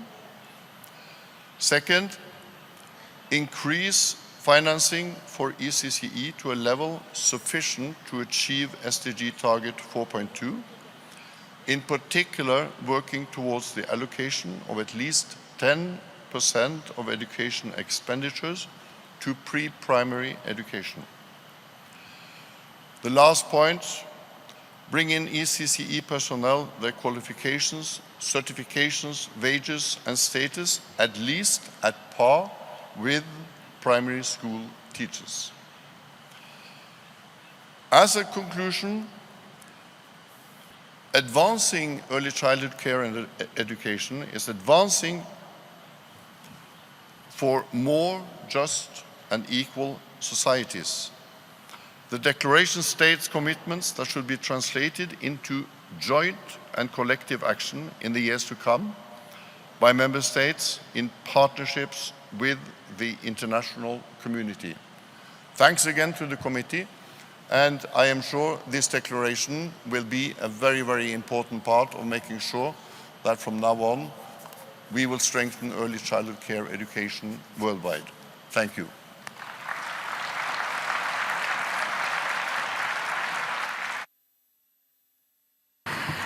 Большое спасибо, мистер Ostwait.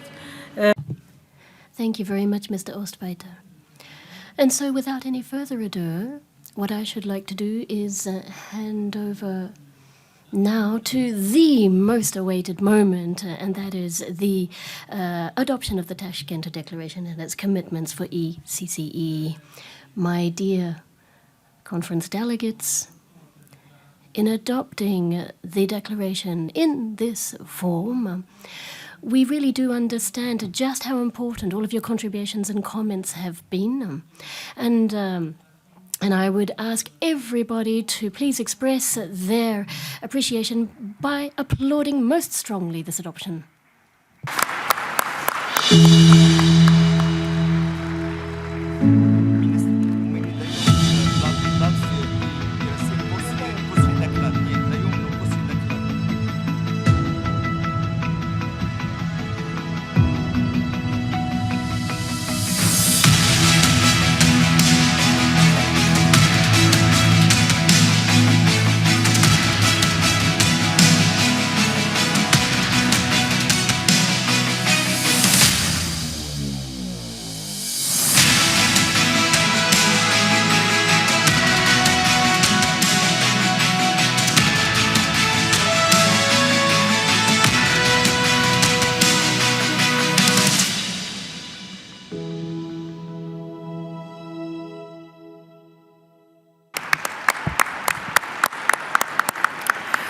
Уважаемые дамы и господа, поздравляю всех. Ladies and gentlemen, Congratulations on this major achievement. I think we can all be proud of it. Today, we really are expressing the renewal of our commitment to education of young children everywhere. And we're starting a whole new chapter in the history of our country. This declaration does set out the global priorities and the commitments for one and all so as to arrive at SDG 4.2 before 2030. We have set ambitious goals. There is no single one agency or entity that can achieve this by itself. It was only by joining forces together that we were, and standing in solidarity in this partnership, that we were able to do this. And I'd like to thank each and every member state and each and every one of our partners for all of their contributions to the preparation of this very important document. And, of course, the members of the drafting committee who have spent many a lengthy hour into the night working on this document. They have set down the absolute final comma and full stop. A big thank you to our drafting committee. Учитывая время, которое у нас есть для завершения. Now, given the time that we have left at our disposal, I suggest that we go right over to Dr. Muna's report. Сейчас coming. Она идет. После нее После нее, да.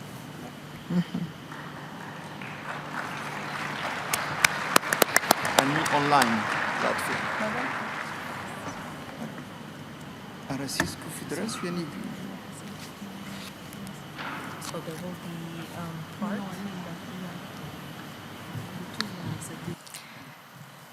Your Excellencies, dear delegates, dear participants, it is my pleasure to report on the rich, insightful, and interesting discussion over the past 3 days of this conference. This report consolidates key takeaways from the various keynote speeches, presentations, and panel discussions and national statements that took place during the Solutions Day and Policy Day. Altogether, we engaged in both technical and policy discussions through 20 parallel sessions and 4 high-level sessions. Altogether, we numbered 2,681 participants, and we had 147 members states, which include 77 ministers and vice ministers. There were 55 member states made national statements.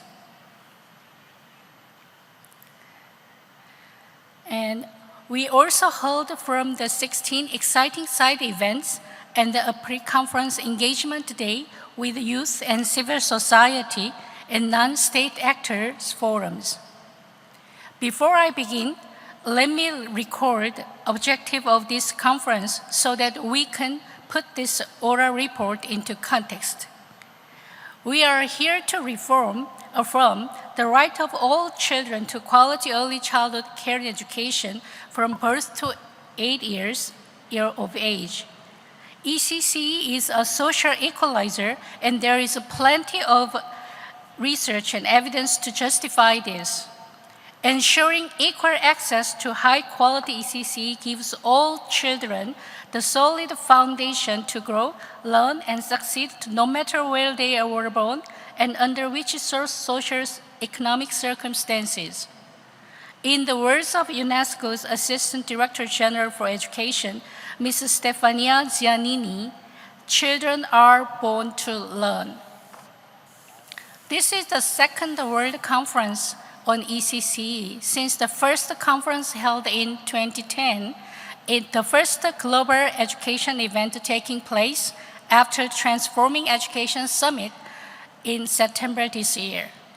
We are here to take stock of the progress of member states towards achieving the SDG 4.2 target on ECCE and other early childhood-related SDG targets since 2010. Secondly, through the rich discussions at the parallel and plenary sessions, we came together to learn from each other and to exchange knowledges about how to put in place and scale up quality ECCE policies and programs. Third, we are here to further strengthen global partnerships and solidarity for the cause of early childhood in order to expand and improve ECCE services and programs in all member states. Finally, we came together to agree upon a set of priorities for accelerating SDG 4.2 progresses and to increase investment in early childhood care and education on the part of governments and their partners. These lessons learned, new and strengthened the partnerships and renew the priorities for accelerating achievement of SDG 4.2. We're returning to concrete commitments to action in our just adopted Tashkent Declaration. Member states, the International Committee and the UNESCO have agreed to reaffirm the right of every child inclusive quality care and pre-primary education. I thank to many note takers who listened and attentively and prepared a synthesis of each session, rich with insightful information, so that I can prepare this oral report. The conference was structured around the four main themes: inclusion, quality, and well-being, ECCE workforce and caregivers, policy governance and finance, and program innovations. Under the theme of inclusion, quality, and well-being, participants reaffirmed how the scope of rationale for ECCE provision is multidimensional and multisectoral. A systemic approach to ECCE policies and quality assurance are hence the key if we want to address fragmentation between sectors and services offered to children. ECCE provision should be addressed early in life, and it goes beyond access, quality, and equity. In addition to building a solid basis for foundational cognitive, social, emotional learning, a multi-sector approach is also needed to address care, health, and nutrition in early years. Insights from the research have supported the need to ensure that a rich environment is provided to all children with a focus on each child's first 1,000 days. Expanding access to quality early childhood care and education programs in context of emergencies and humanitarian crises is especially challenging. In particular, malnutrition and inadequate health care remain a huge challenge. Yet a holistic approach to ECCE could be a powerful mechanism to support the children to build resilience and overcome the impacts of adversity and reach their full potentials. Regulated curriculum frameworks can be implemented in diverse contexts with a common understanding of principles and objectives to pursue, including, for example, the importance of creativity skills. ECCE policy making should also engage young children's voices. Attention should be placed on strengthening play-based learning and learning and teaching in mother tongue and promoting learning in non-formal settings such as family and community centers. School readiness is a foundation for learning and development, yet assessing readiness is a difficult construct and one that has been the topic of a continuous debate. A paradigm shift is needed in the way we assess school readiness, especially for children's diverse needs. Governments need to invest in early child identification of at-risk learners and connecting them with the relevant contextually appropriate interventions and follow-up services to prevent further delays. The second theme of the conference is devoted to the ECCE workforce and caregivers. The training and professional development of the ECCE workforce is at the heart of improving ECCE quality. Only 60% of the pre-primary workforce has minimum qualification against the 80% in primary education. an urgent gap that should be addressed. Countries are encouraged to develop comprehensive training systems by developing frameworks and guidelines for ECCE educators and care staff.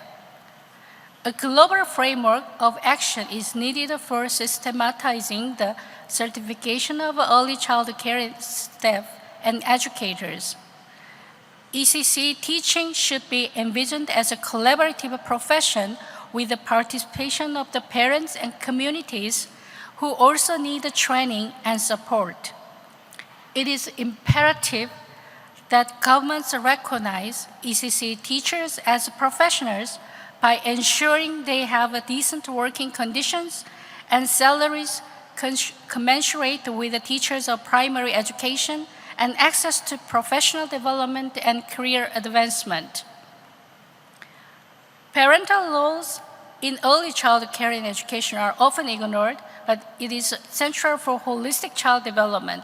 Little data exists on the children less than 3 years, in which the nurturing role of parents and caregiver is crucial for healthy and child development. Evidence-based parenting programs that provide skills and practical training can address multiple developmental outcomes.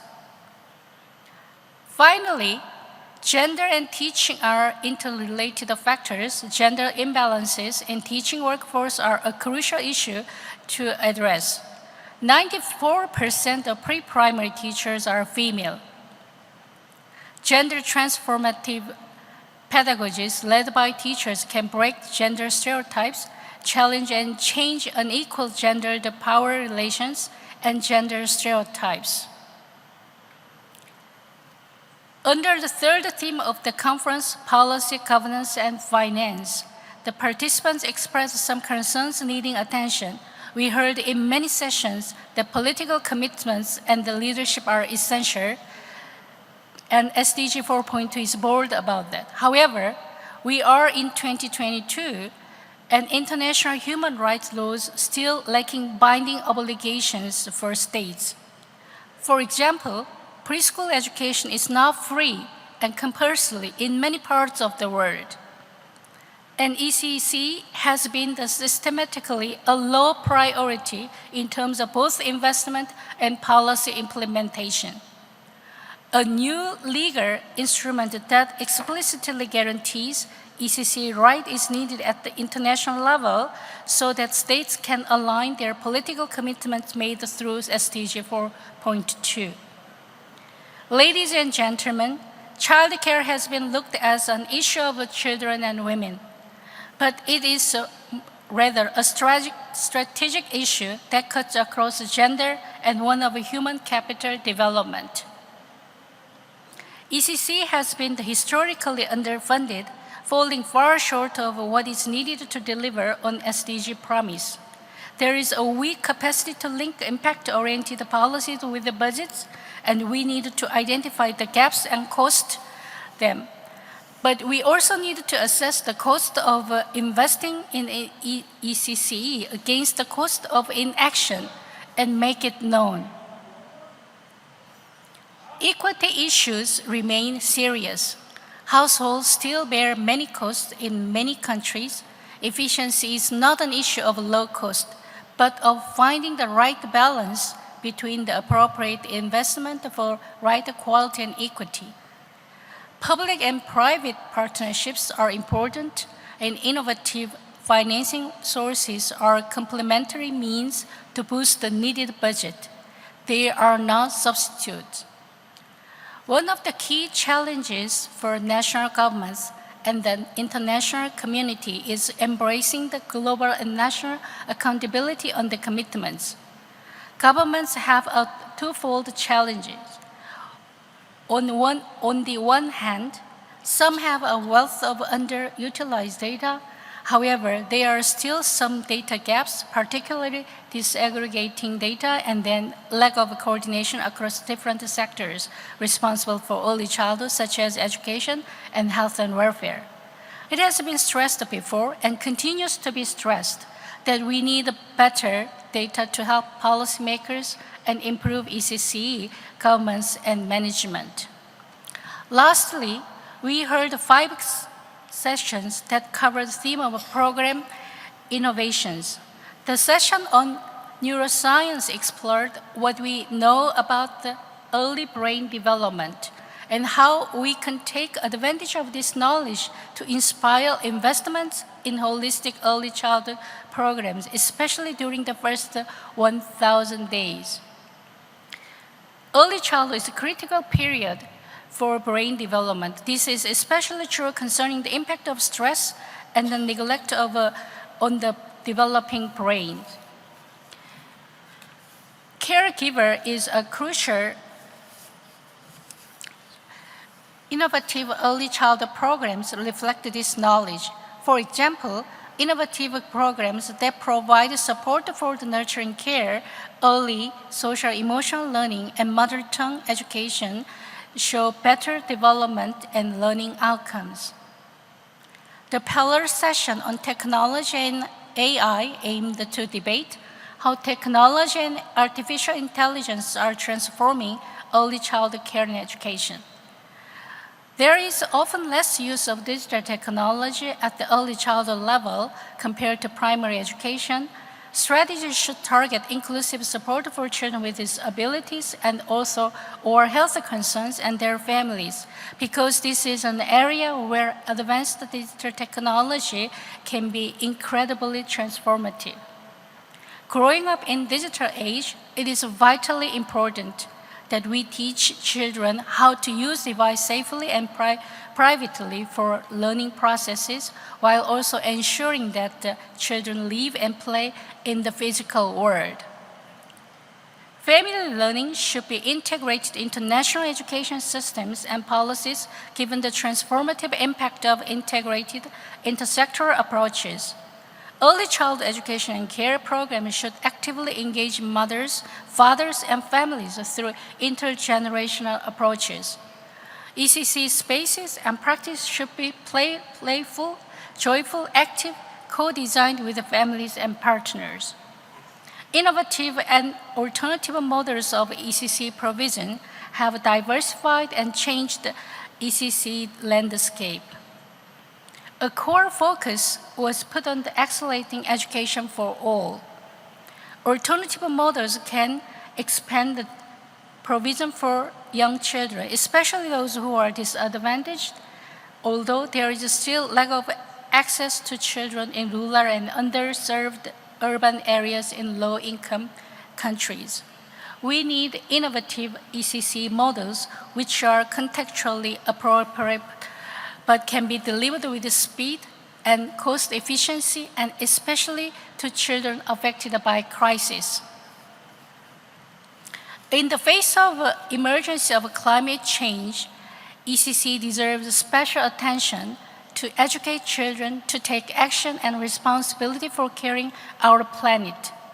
In fact, ECCE is to not only prepare children for school, but also prepare them for sustainable lifestyles. And this has to be communicated with children and lived in everyday practice. Dear delegates and participants, this comes to the end of my report. I thank you for giving me the honor to deliver it. Before I end, I would like to share a metaphor of a majungmul in Korea. Majungmul refers to a bucket of water that is poured into a dry water pump to get the water out. I use this term often in teacher training in Korea to encourage them to be proactive in supporting children developing their full potentials. Everyone here today can be a majungmul in your own context in transforming early childhood care and education to ensure all children's healthy growth and well-being. I believe this World Conference can serve as a powerful platform to strengthen our cooperation under the framework of the Tashkent Declaration and the Global Partnership Strategy for Early Childhood. The conference may end today, but work remains. The Secretariat will share with all delegates and participants a written report of the conference a compendium of best practices. UNESCO will produce a world report in 2023 to continue to support member states and partners to achieve SDG 4.2 before 2030. On behalf of all delegates, I'm deeply grateful for UNESCO and the Ministry of Preschool Education Uzbekistan for your unparalleled hospitality and tremendous efforts to make this monumental conference highly successful. Thank you for attention. Lamat. Thank you. Огромное большое спасибо. Thank you very much to you, Dr. Moon. Thank you for this short but very comprehensive report. It covered the very rich discussions that we have had over the past few days. The Tashkent Declaration is an important step towards more effective childcare and education at an early age. It is also the beginning of a fundamental and very rich agenda for the future. We have had a number of proposals, and I will therefore give the floor to the Secretariat to present them. Before we move forward, we have to give the floor to the representative of Latvia to make a short statement based on the previous request to speak on behalf of a group of member states. The representative of Latvia, with your permission, President, we will give them the floor. And if I can ask colleagues to give the microphone to the honorable representative of Latvia.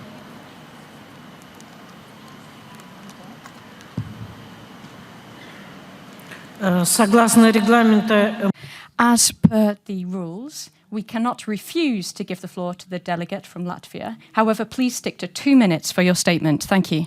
Statement is on behalf of the following countries: Albania, Andorra, Australia, Canada, Georgia, Guatemala, Iceland, Japan, Republic of North Macedonia, Moldova, Monaco, Montenegro, New Zealand, Norway, Palau, Ukraine, the United Kingdom of Great Britain and Northern Ireland, and the European Union, Austria, Belgium, Bulgaria, Croatia, Czech Republic, Cyprus, Denmark, Estonia, Finland, Spain, France, Germany, Greece, Hungary, Ireland, Italy, Latvia, Lithuania, Luxembourg, Malta, Netherlands, Poland, Portugal, Romania, Slovakia, Slovenia, and Sweden. The purpose of this World Conference on Early Childhood Care and Education is to reaffirm the right of every young child to education and the vital importance of receiving quality care, supporting well-being, development, and learning from birth. The period from birth to 8 years old is one of remarkable brain development. Longitudinal studies demonstrate a predictive relationship between childhood cognitive capacities and adult physical and cognitive capacities and life expectancy. Early childhood care and education is therefore a crucial window of development that must be protected. Russia's war of aggression has devastating consequences for children in Ukraine, including the access to care and education. As of the 25th of October 2022, Russian bombing and shelling has damaged 847 preschool education institutions across Ukraine and destroyed a further 94. Since Russia's war of aggression began, only 59.4% of preschool-age children have been able to access education, with many of these facing disruption and displacement. 2/3 of children in Ukraine have been forced to flee their homes since February. Save the Children has reported that a child from Ukraine has become a refugee every single second of the war. Between the start of Russia's invasion and the 15th of November, 431 children have died and 834 Пожалуйста, соблюдайте регламент. Please, can you respect the rules, says the President. Society, and we commit to work for their safety and the rights of the child across the globe. Through this war of choice, Russia is breaching its commitments at UNESCO and to the Sustainable Development Goals, particularly Target 4.2, calling for quality early childhood development, care, and I repeat, please can you respect the rules, says the President. The children of Yei to harm, to withdraw its forces beyond Ukraine's nationally recognized borders, to seize military action in Ukrainian territory, and to stop undermining SDG 4 at a time of crisis in education worldwide.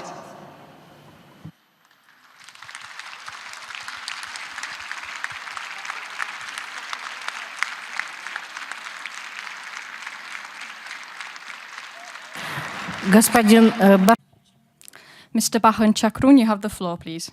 Thank you, Chair, for giving me the floor. I see that the Russian Federation is requesting the floor. So, according to the rules, we have to give them the right to respond.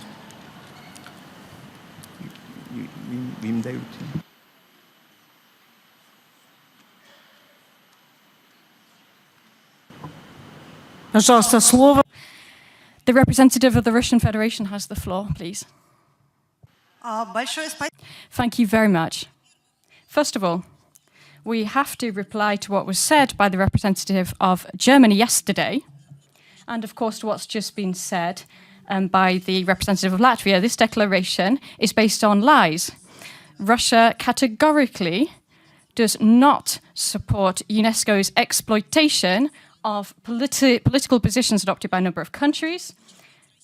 You are trying to damage Russia's reputation. We are a member state of UNESCO, and we are here to discuss issues relating to preschool education and care. We are not here to listen to statements that are not based on facts or are based on unverified facts, nor to discuss judgments that fall outside of the organization's mandate. Distinguished participants and delegates who presented this statement, we have said many times that the war in Ukraine, or the military operation, is not aimed at educational institutions, public institutions, or infrastructure. In your statement, I did not hear any reference to the fact that the Ukrainian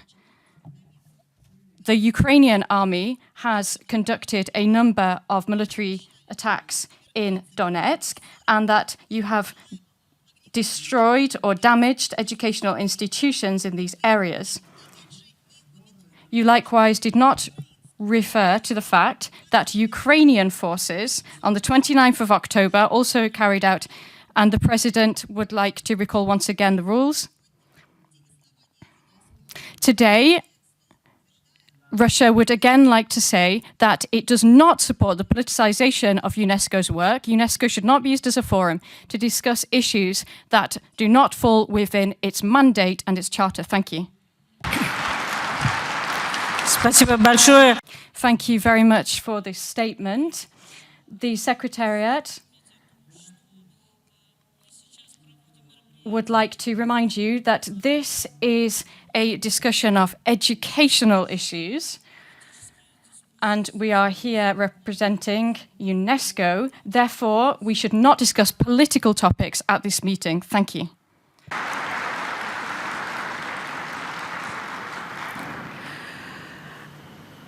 Теперь I would now like to invite Madam Stefania Giannini to present upcoming steps in relation to this conference, and she will also close this meeting. Thank you. Yes.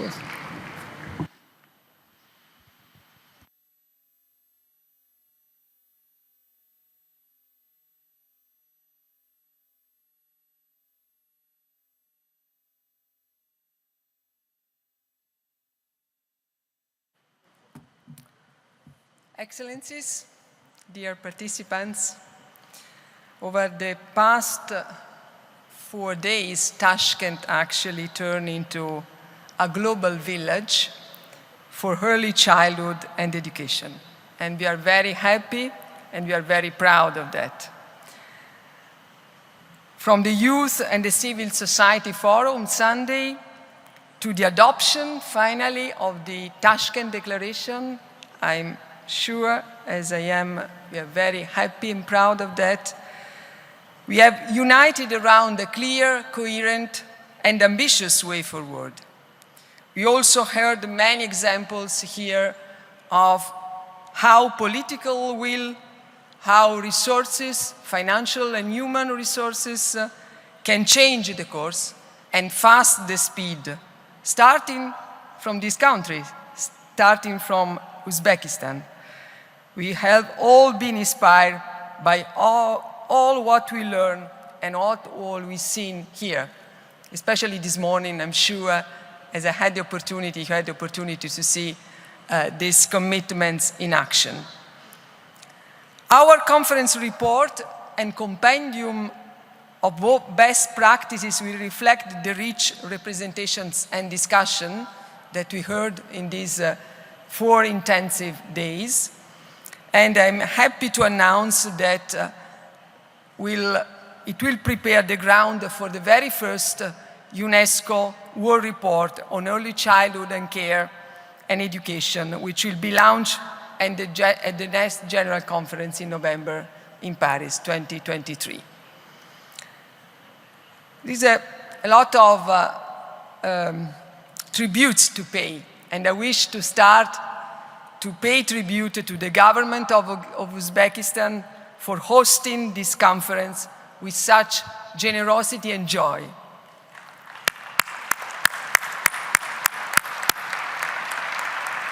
In particular, let me warmly thank all the teams who have been mobilized under the gracious and firm leadership of my dear friend, Minister Agrippina Shin, and who work so hard to bring us together in Tashkent.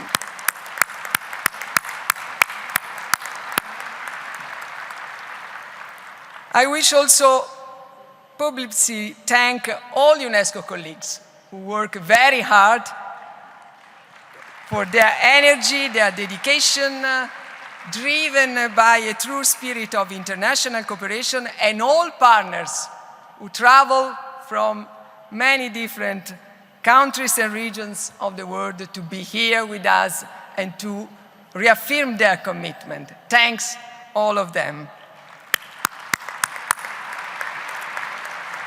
Well, this conference we repeated many times, let me say once and the last time again, build on a momentum which started a few months ago and culminating in New York a few weeks ago, the Transforming Education Summit.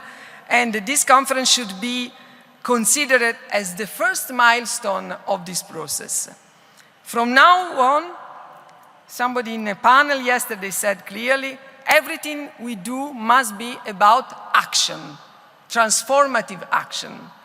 Whether it's about learning, it's about care, it's about pedagogies, teachers, facilities, or more. And we'll take this message forward to the SDG Summit and the Pact for the Future. Well, but I'm very happy, Madam Minister, for another reason that I wish to share with all of you, Excellencies and colleagues. There is a nice coincidence today. It's the 16th November, right? Yes, and today, it's so fitting that we close this conference today because today we celebrate the 77th UNESCO anniversary. UNESCO has been established on the 16th November, 77 years ago. So, it's an old organization with a very young and fresh mandate. The mandate of the conviction that education for all is the real ground, the foundation for all the other rights, for human dignity, for mutual understanding and lasting peace. And promoting these rights resides upon solidarity, ethics of care, and all the values that we are promoting here together and that the Tashkent Declaration reflects so well. Young people know all of that, including children. They know very well. That's why I wish to propose, Madam Chair, with your permission, to conclude this amazing conference before your last words, going back to the beginning of the conference and listening to young children's voices. The voices of children of the UNESCO kindergarten. We saw a little bit the video at the beginning, but it was very, very short. There is a longer version, 4 minutes, no more than this. And the Uzbek children who, around the Lola, expressed their values singing for us. So they are sharing with us, I would say, the grammar of respect, of sharing and caring. Please, let's listen to them and let's conclude with their voices. Rahmat, thank you very much.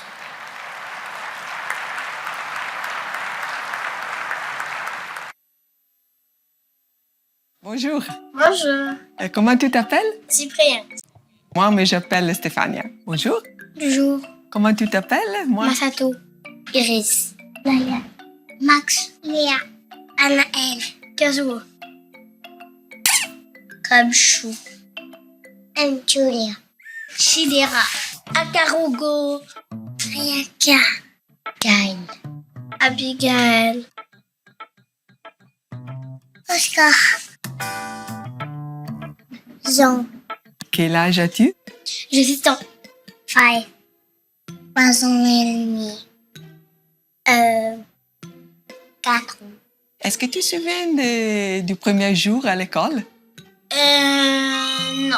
En fait, je me souviens pas très bien. Weird. J'étais encore toute petite, donc je voulais pas aller dans ma première classe. I didn't know anyone. Je me suis fait des nouveaux copains. Est-ce que tu te souviens de ton premier jour à l'école? Non. Je me suis fait des amis, la maîtresse était gentille et c'était bien. Est-ce que tu aimes l'école?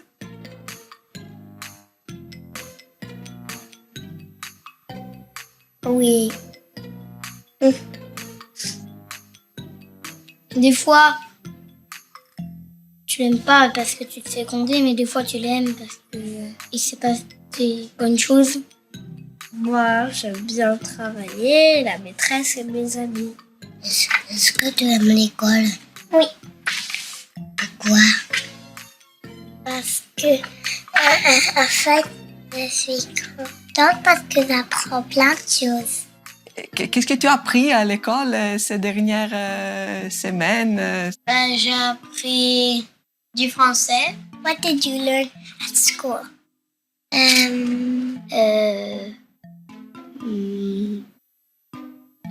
Chanter. I learned numbers. L'alphabet. J'ai appris à partager. And writing. Écrire, lire et... On fait du théâtre, de la musique. Moi, je peux écrire aussi de l'anglais et la danse. Qu'est-ce que tu as appris à l'école? J'ai appris des dessins. Le respect. Les nombres jusqu'à 11. 1, 2, 3, 4, 5, 6, 7, 7, 8, 9, 10. Bah moi j'ai compté jusqu'à 1000. Et bah moi j'ai compté jusqu'à 3, jusqu'à 4, jusqu'à 10. What you like best? When we get to paint in the school. She said paint in the school. Elle aime les poupées. Les maths. Penses-tu qu'il est important d'aller à l'école? Oui. Oui. Pour apprendre très bien. Is it important to go to school? Oui, il est très important. Même si on veut pas, on y va. Pourquoi c'est important d'aller à l'école? Parce que j'ai envie d'apprendre plein de choses. Comme ça, on apprend des choses. Après, on peut travailler. C'est pour qu'on soit intelligent et gentil. Et quand vous serez grand, qu'est-ce que vous voulez faire? J'aimerais des dinosaures. Informaticien. Peintre. Moi, je veux manger avant que les petits mangent. Un camion de pompier. Ambulance et pompier. Je veux être vétérinaire. Papa. Moi, je veux être auditeur comme papa.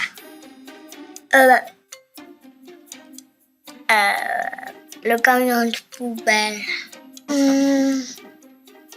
Aussi camion de poubelle. Tu vas être quoi comme tu serais grand? Je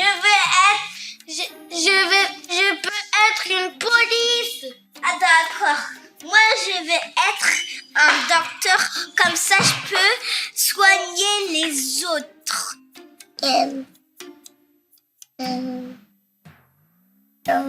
I want to be that girl. Sauver la planète. Mais comment on peut faire pour sauver la planète? Avec des graines et les arbres. Je vais faire comme ma maman, d'être maman. Parce que je l'aime, voilà. Au revoir.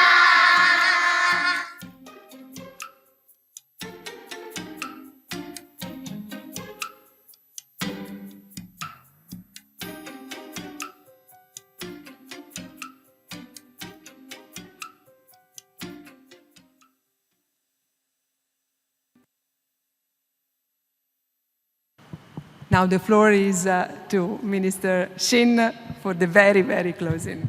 And then they have the song at the end.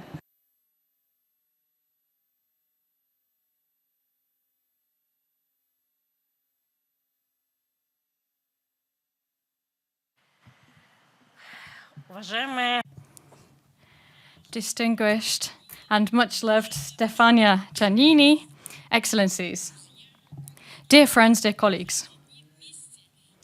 Over the past few days, we have been able to develop an atmosphere of unity and of sharing, and we have created a productive, fruitful educational platform. We have had some wonderful and unforgettable memories and discussions. I would like very sincerely to thank Your Excellencies, our distinguished delegates and participants for taking part in our event here in Tashkent in the Republic of Uzbekistan. Tashkent is our capital, a capital of friendship and of warmth. It is now rather a sad moment because I have to close the World Conference on early childhood care and education. On the 17th of November, tomorrow, this will be our last day together. This will be a cultural day. You will have a wonderful opportunity, the opportunity to visit the magical world of Uzbekistan, our beautiful cities. And one of our cities is included in the UNESCO World Heritage List. This is the wonderful, incredible city of Samarkand. It's a gem in the east of the world. You will also visit the city of Bukhara. You will be able to visit this heart of Islamic culture, as well as the ancient city of Khava, which we call an open-air museum. I wish all of you, my very dear guests, a wonderful visit. And I now officially close the second World Conference on early childhood care and education.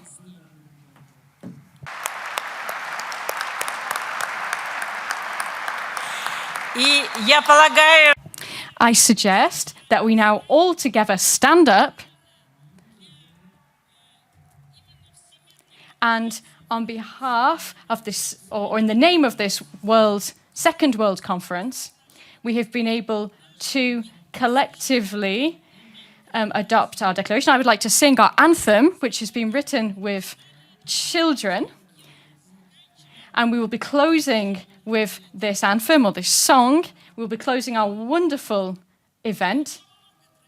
Thank you very much. We've made many friends here from many different countries. Thank you very much for your participation. And please enjoy your visit of Uzbekistan.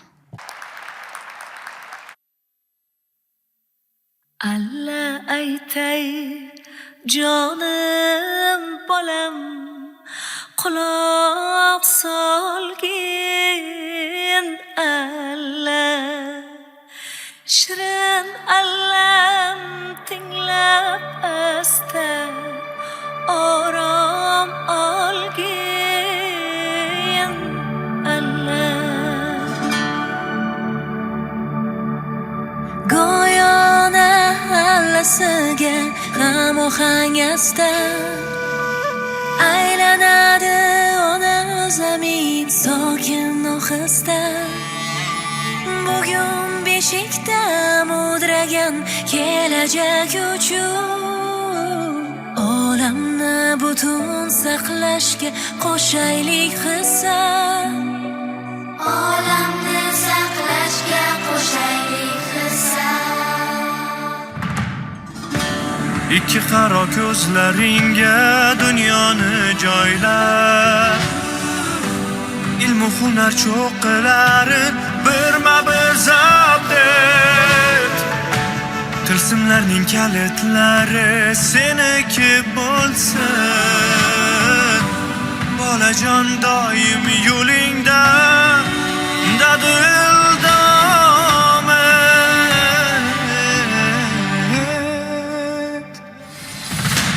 biz bolalar biz dunyo biz kelajak biz yorug'lik we are the one save raise a sun no soul let me live no soul let me live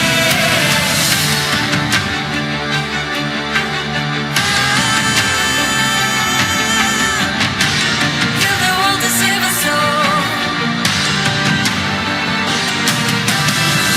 В этом мире так непросто отыскать свой путь земной. Пусть ведут вас к счастью звезды по земле моей родной. There's not a chance to measure all the beauty of the world when a child is sharing treasure, simply smiling to us all.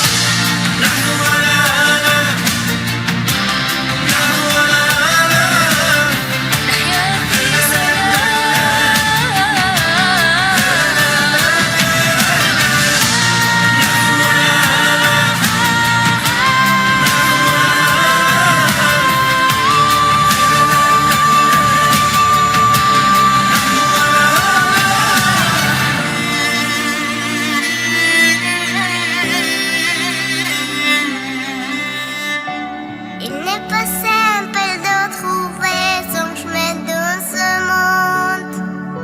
Que les étoiles vous mènent au bonheur sur ma terre natale.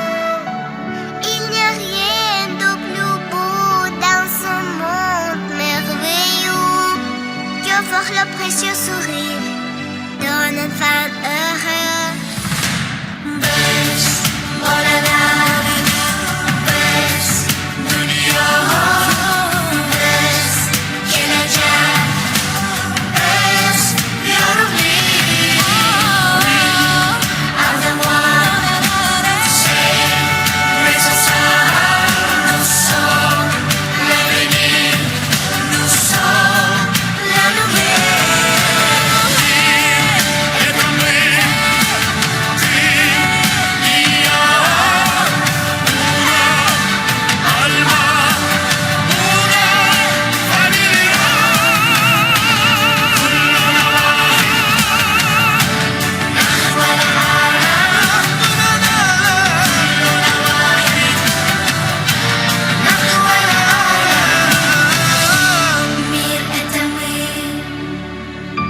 sommes l'avenir.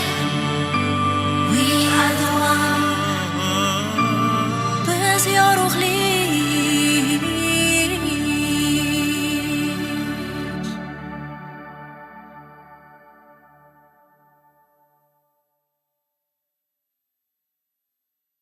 Не говорим вам. We will not say goodbye, rather we will say see you again here in Uzbekistan.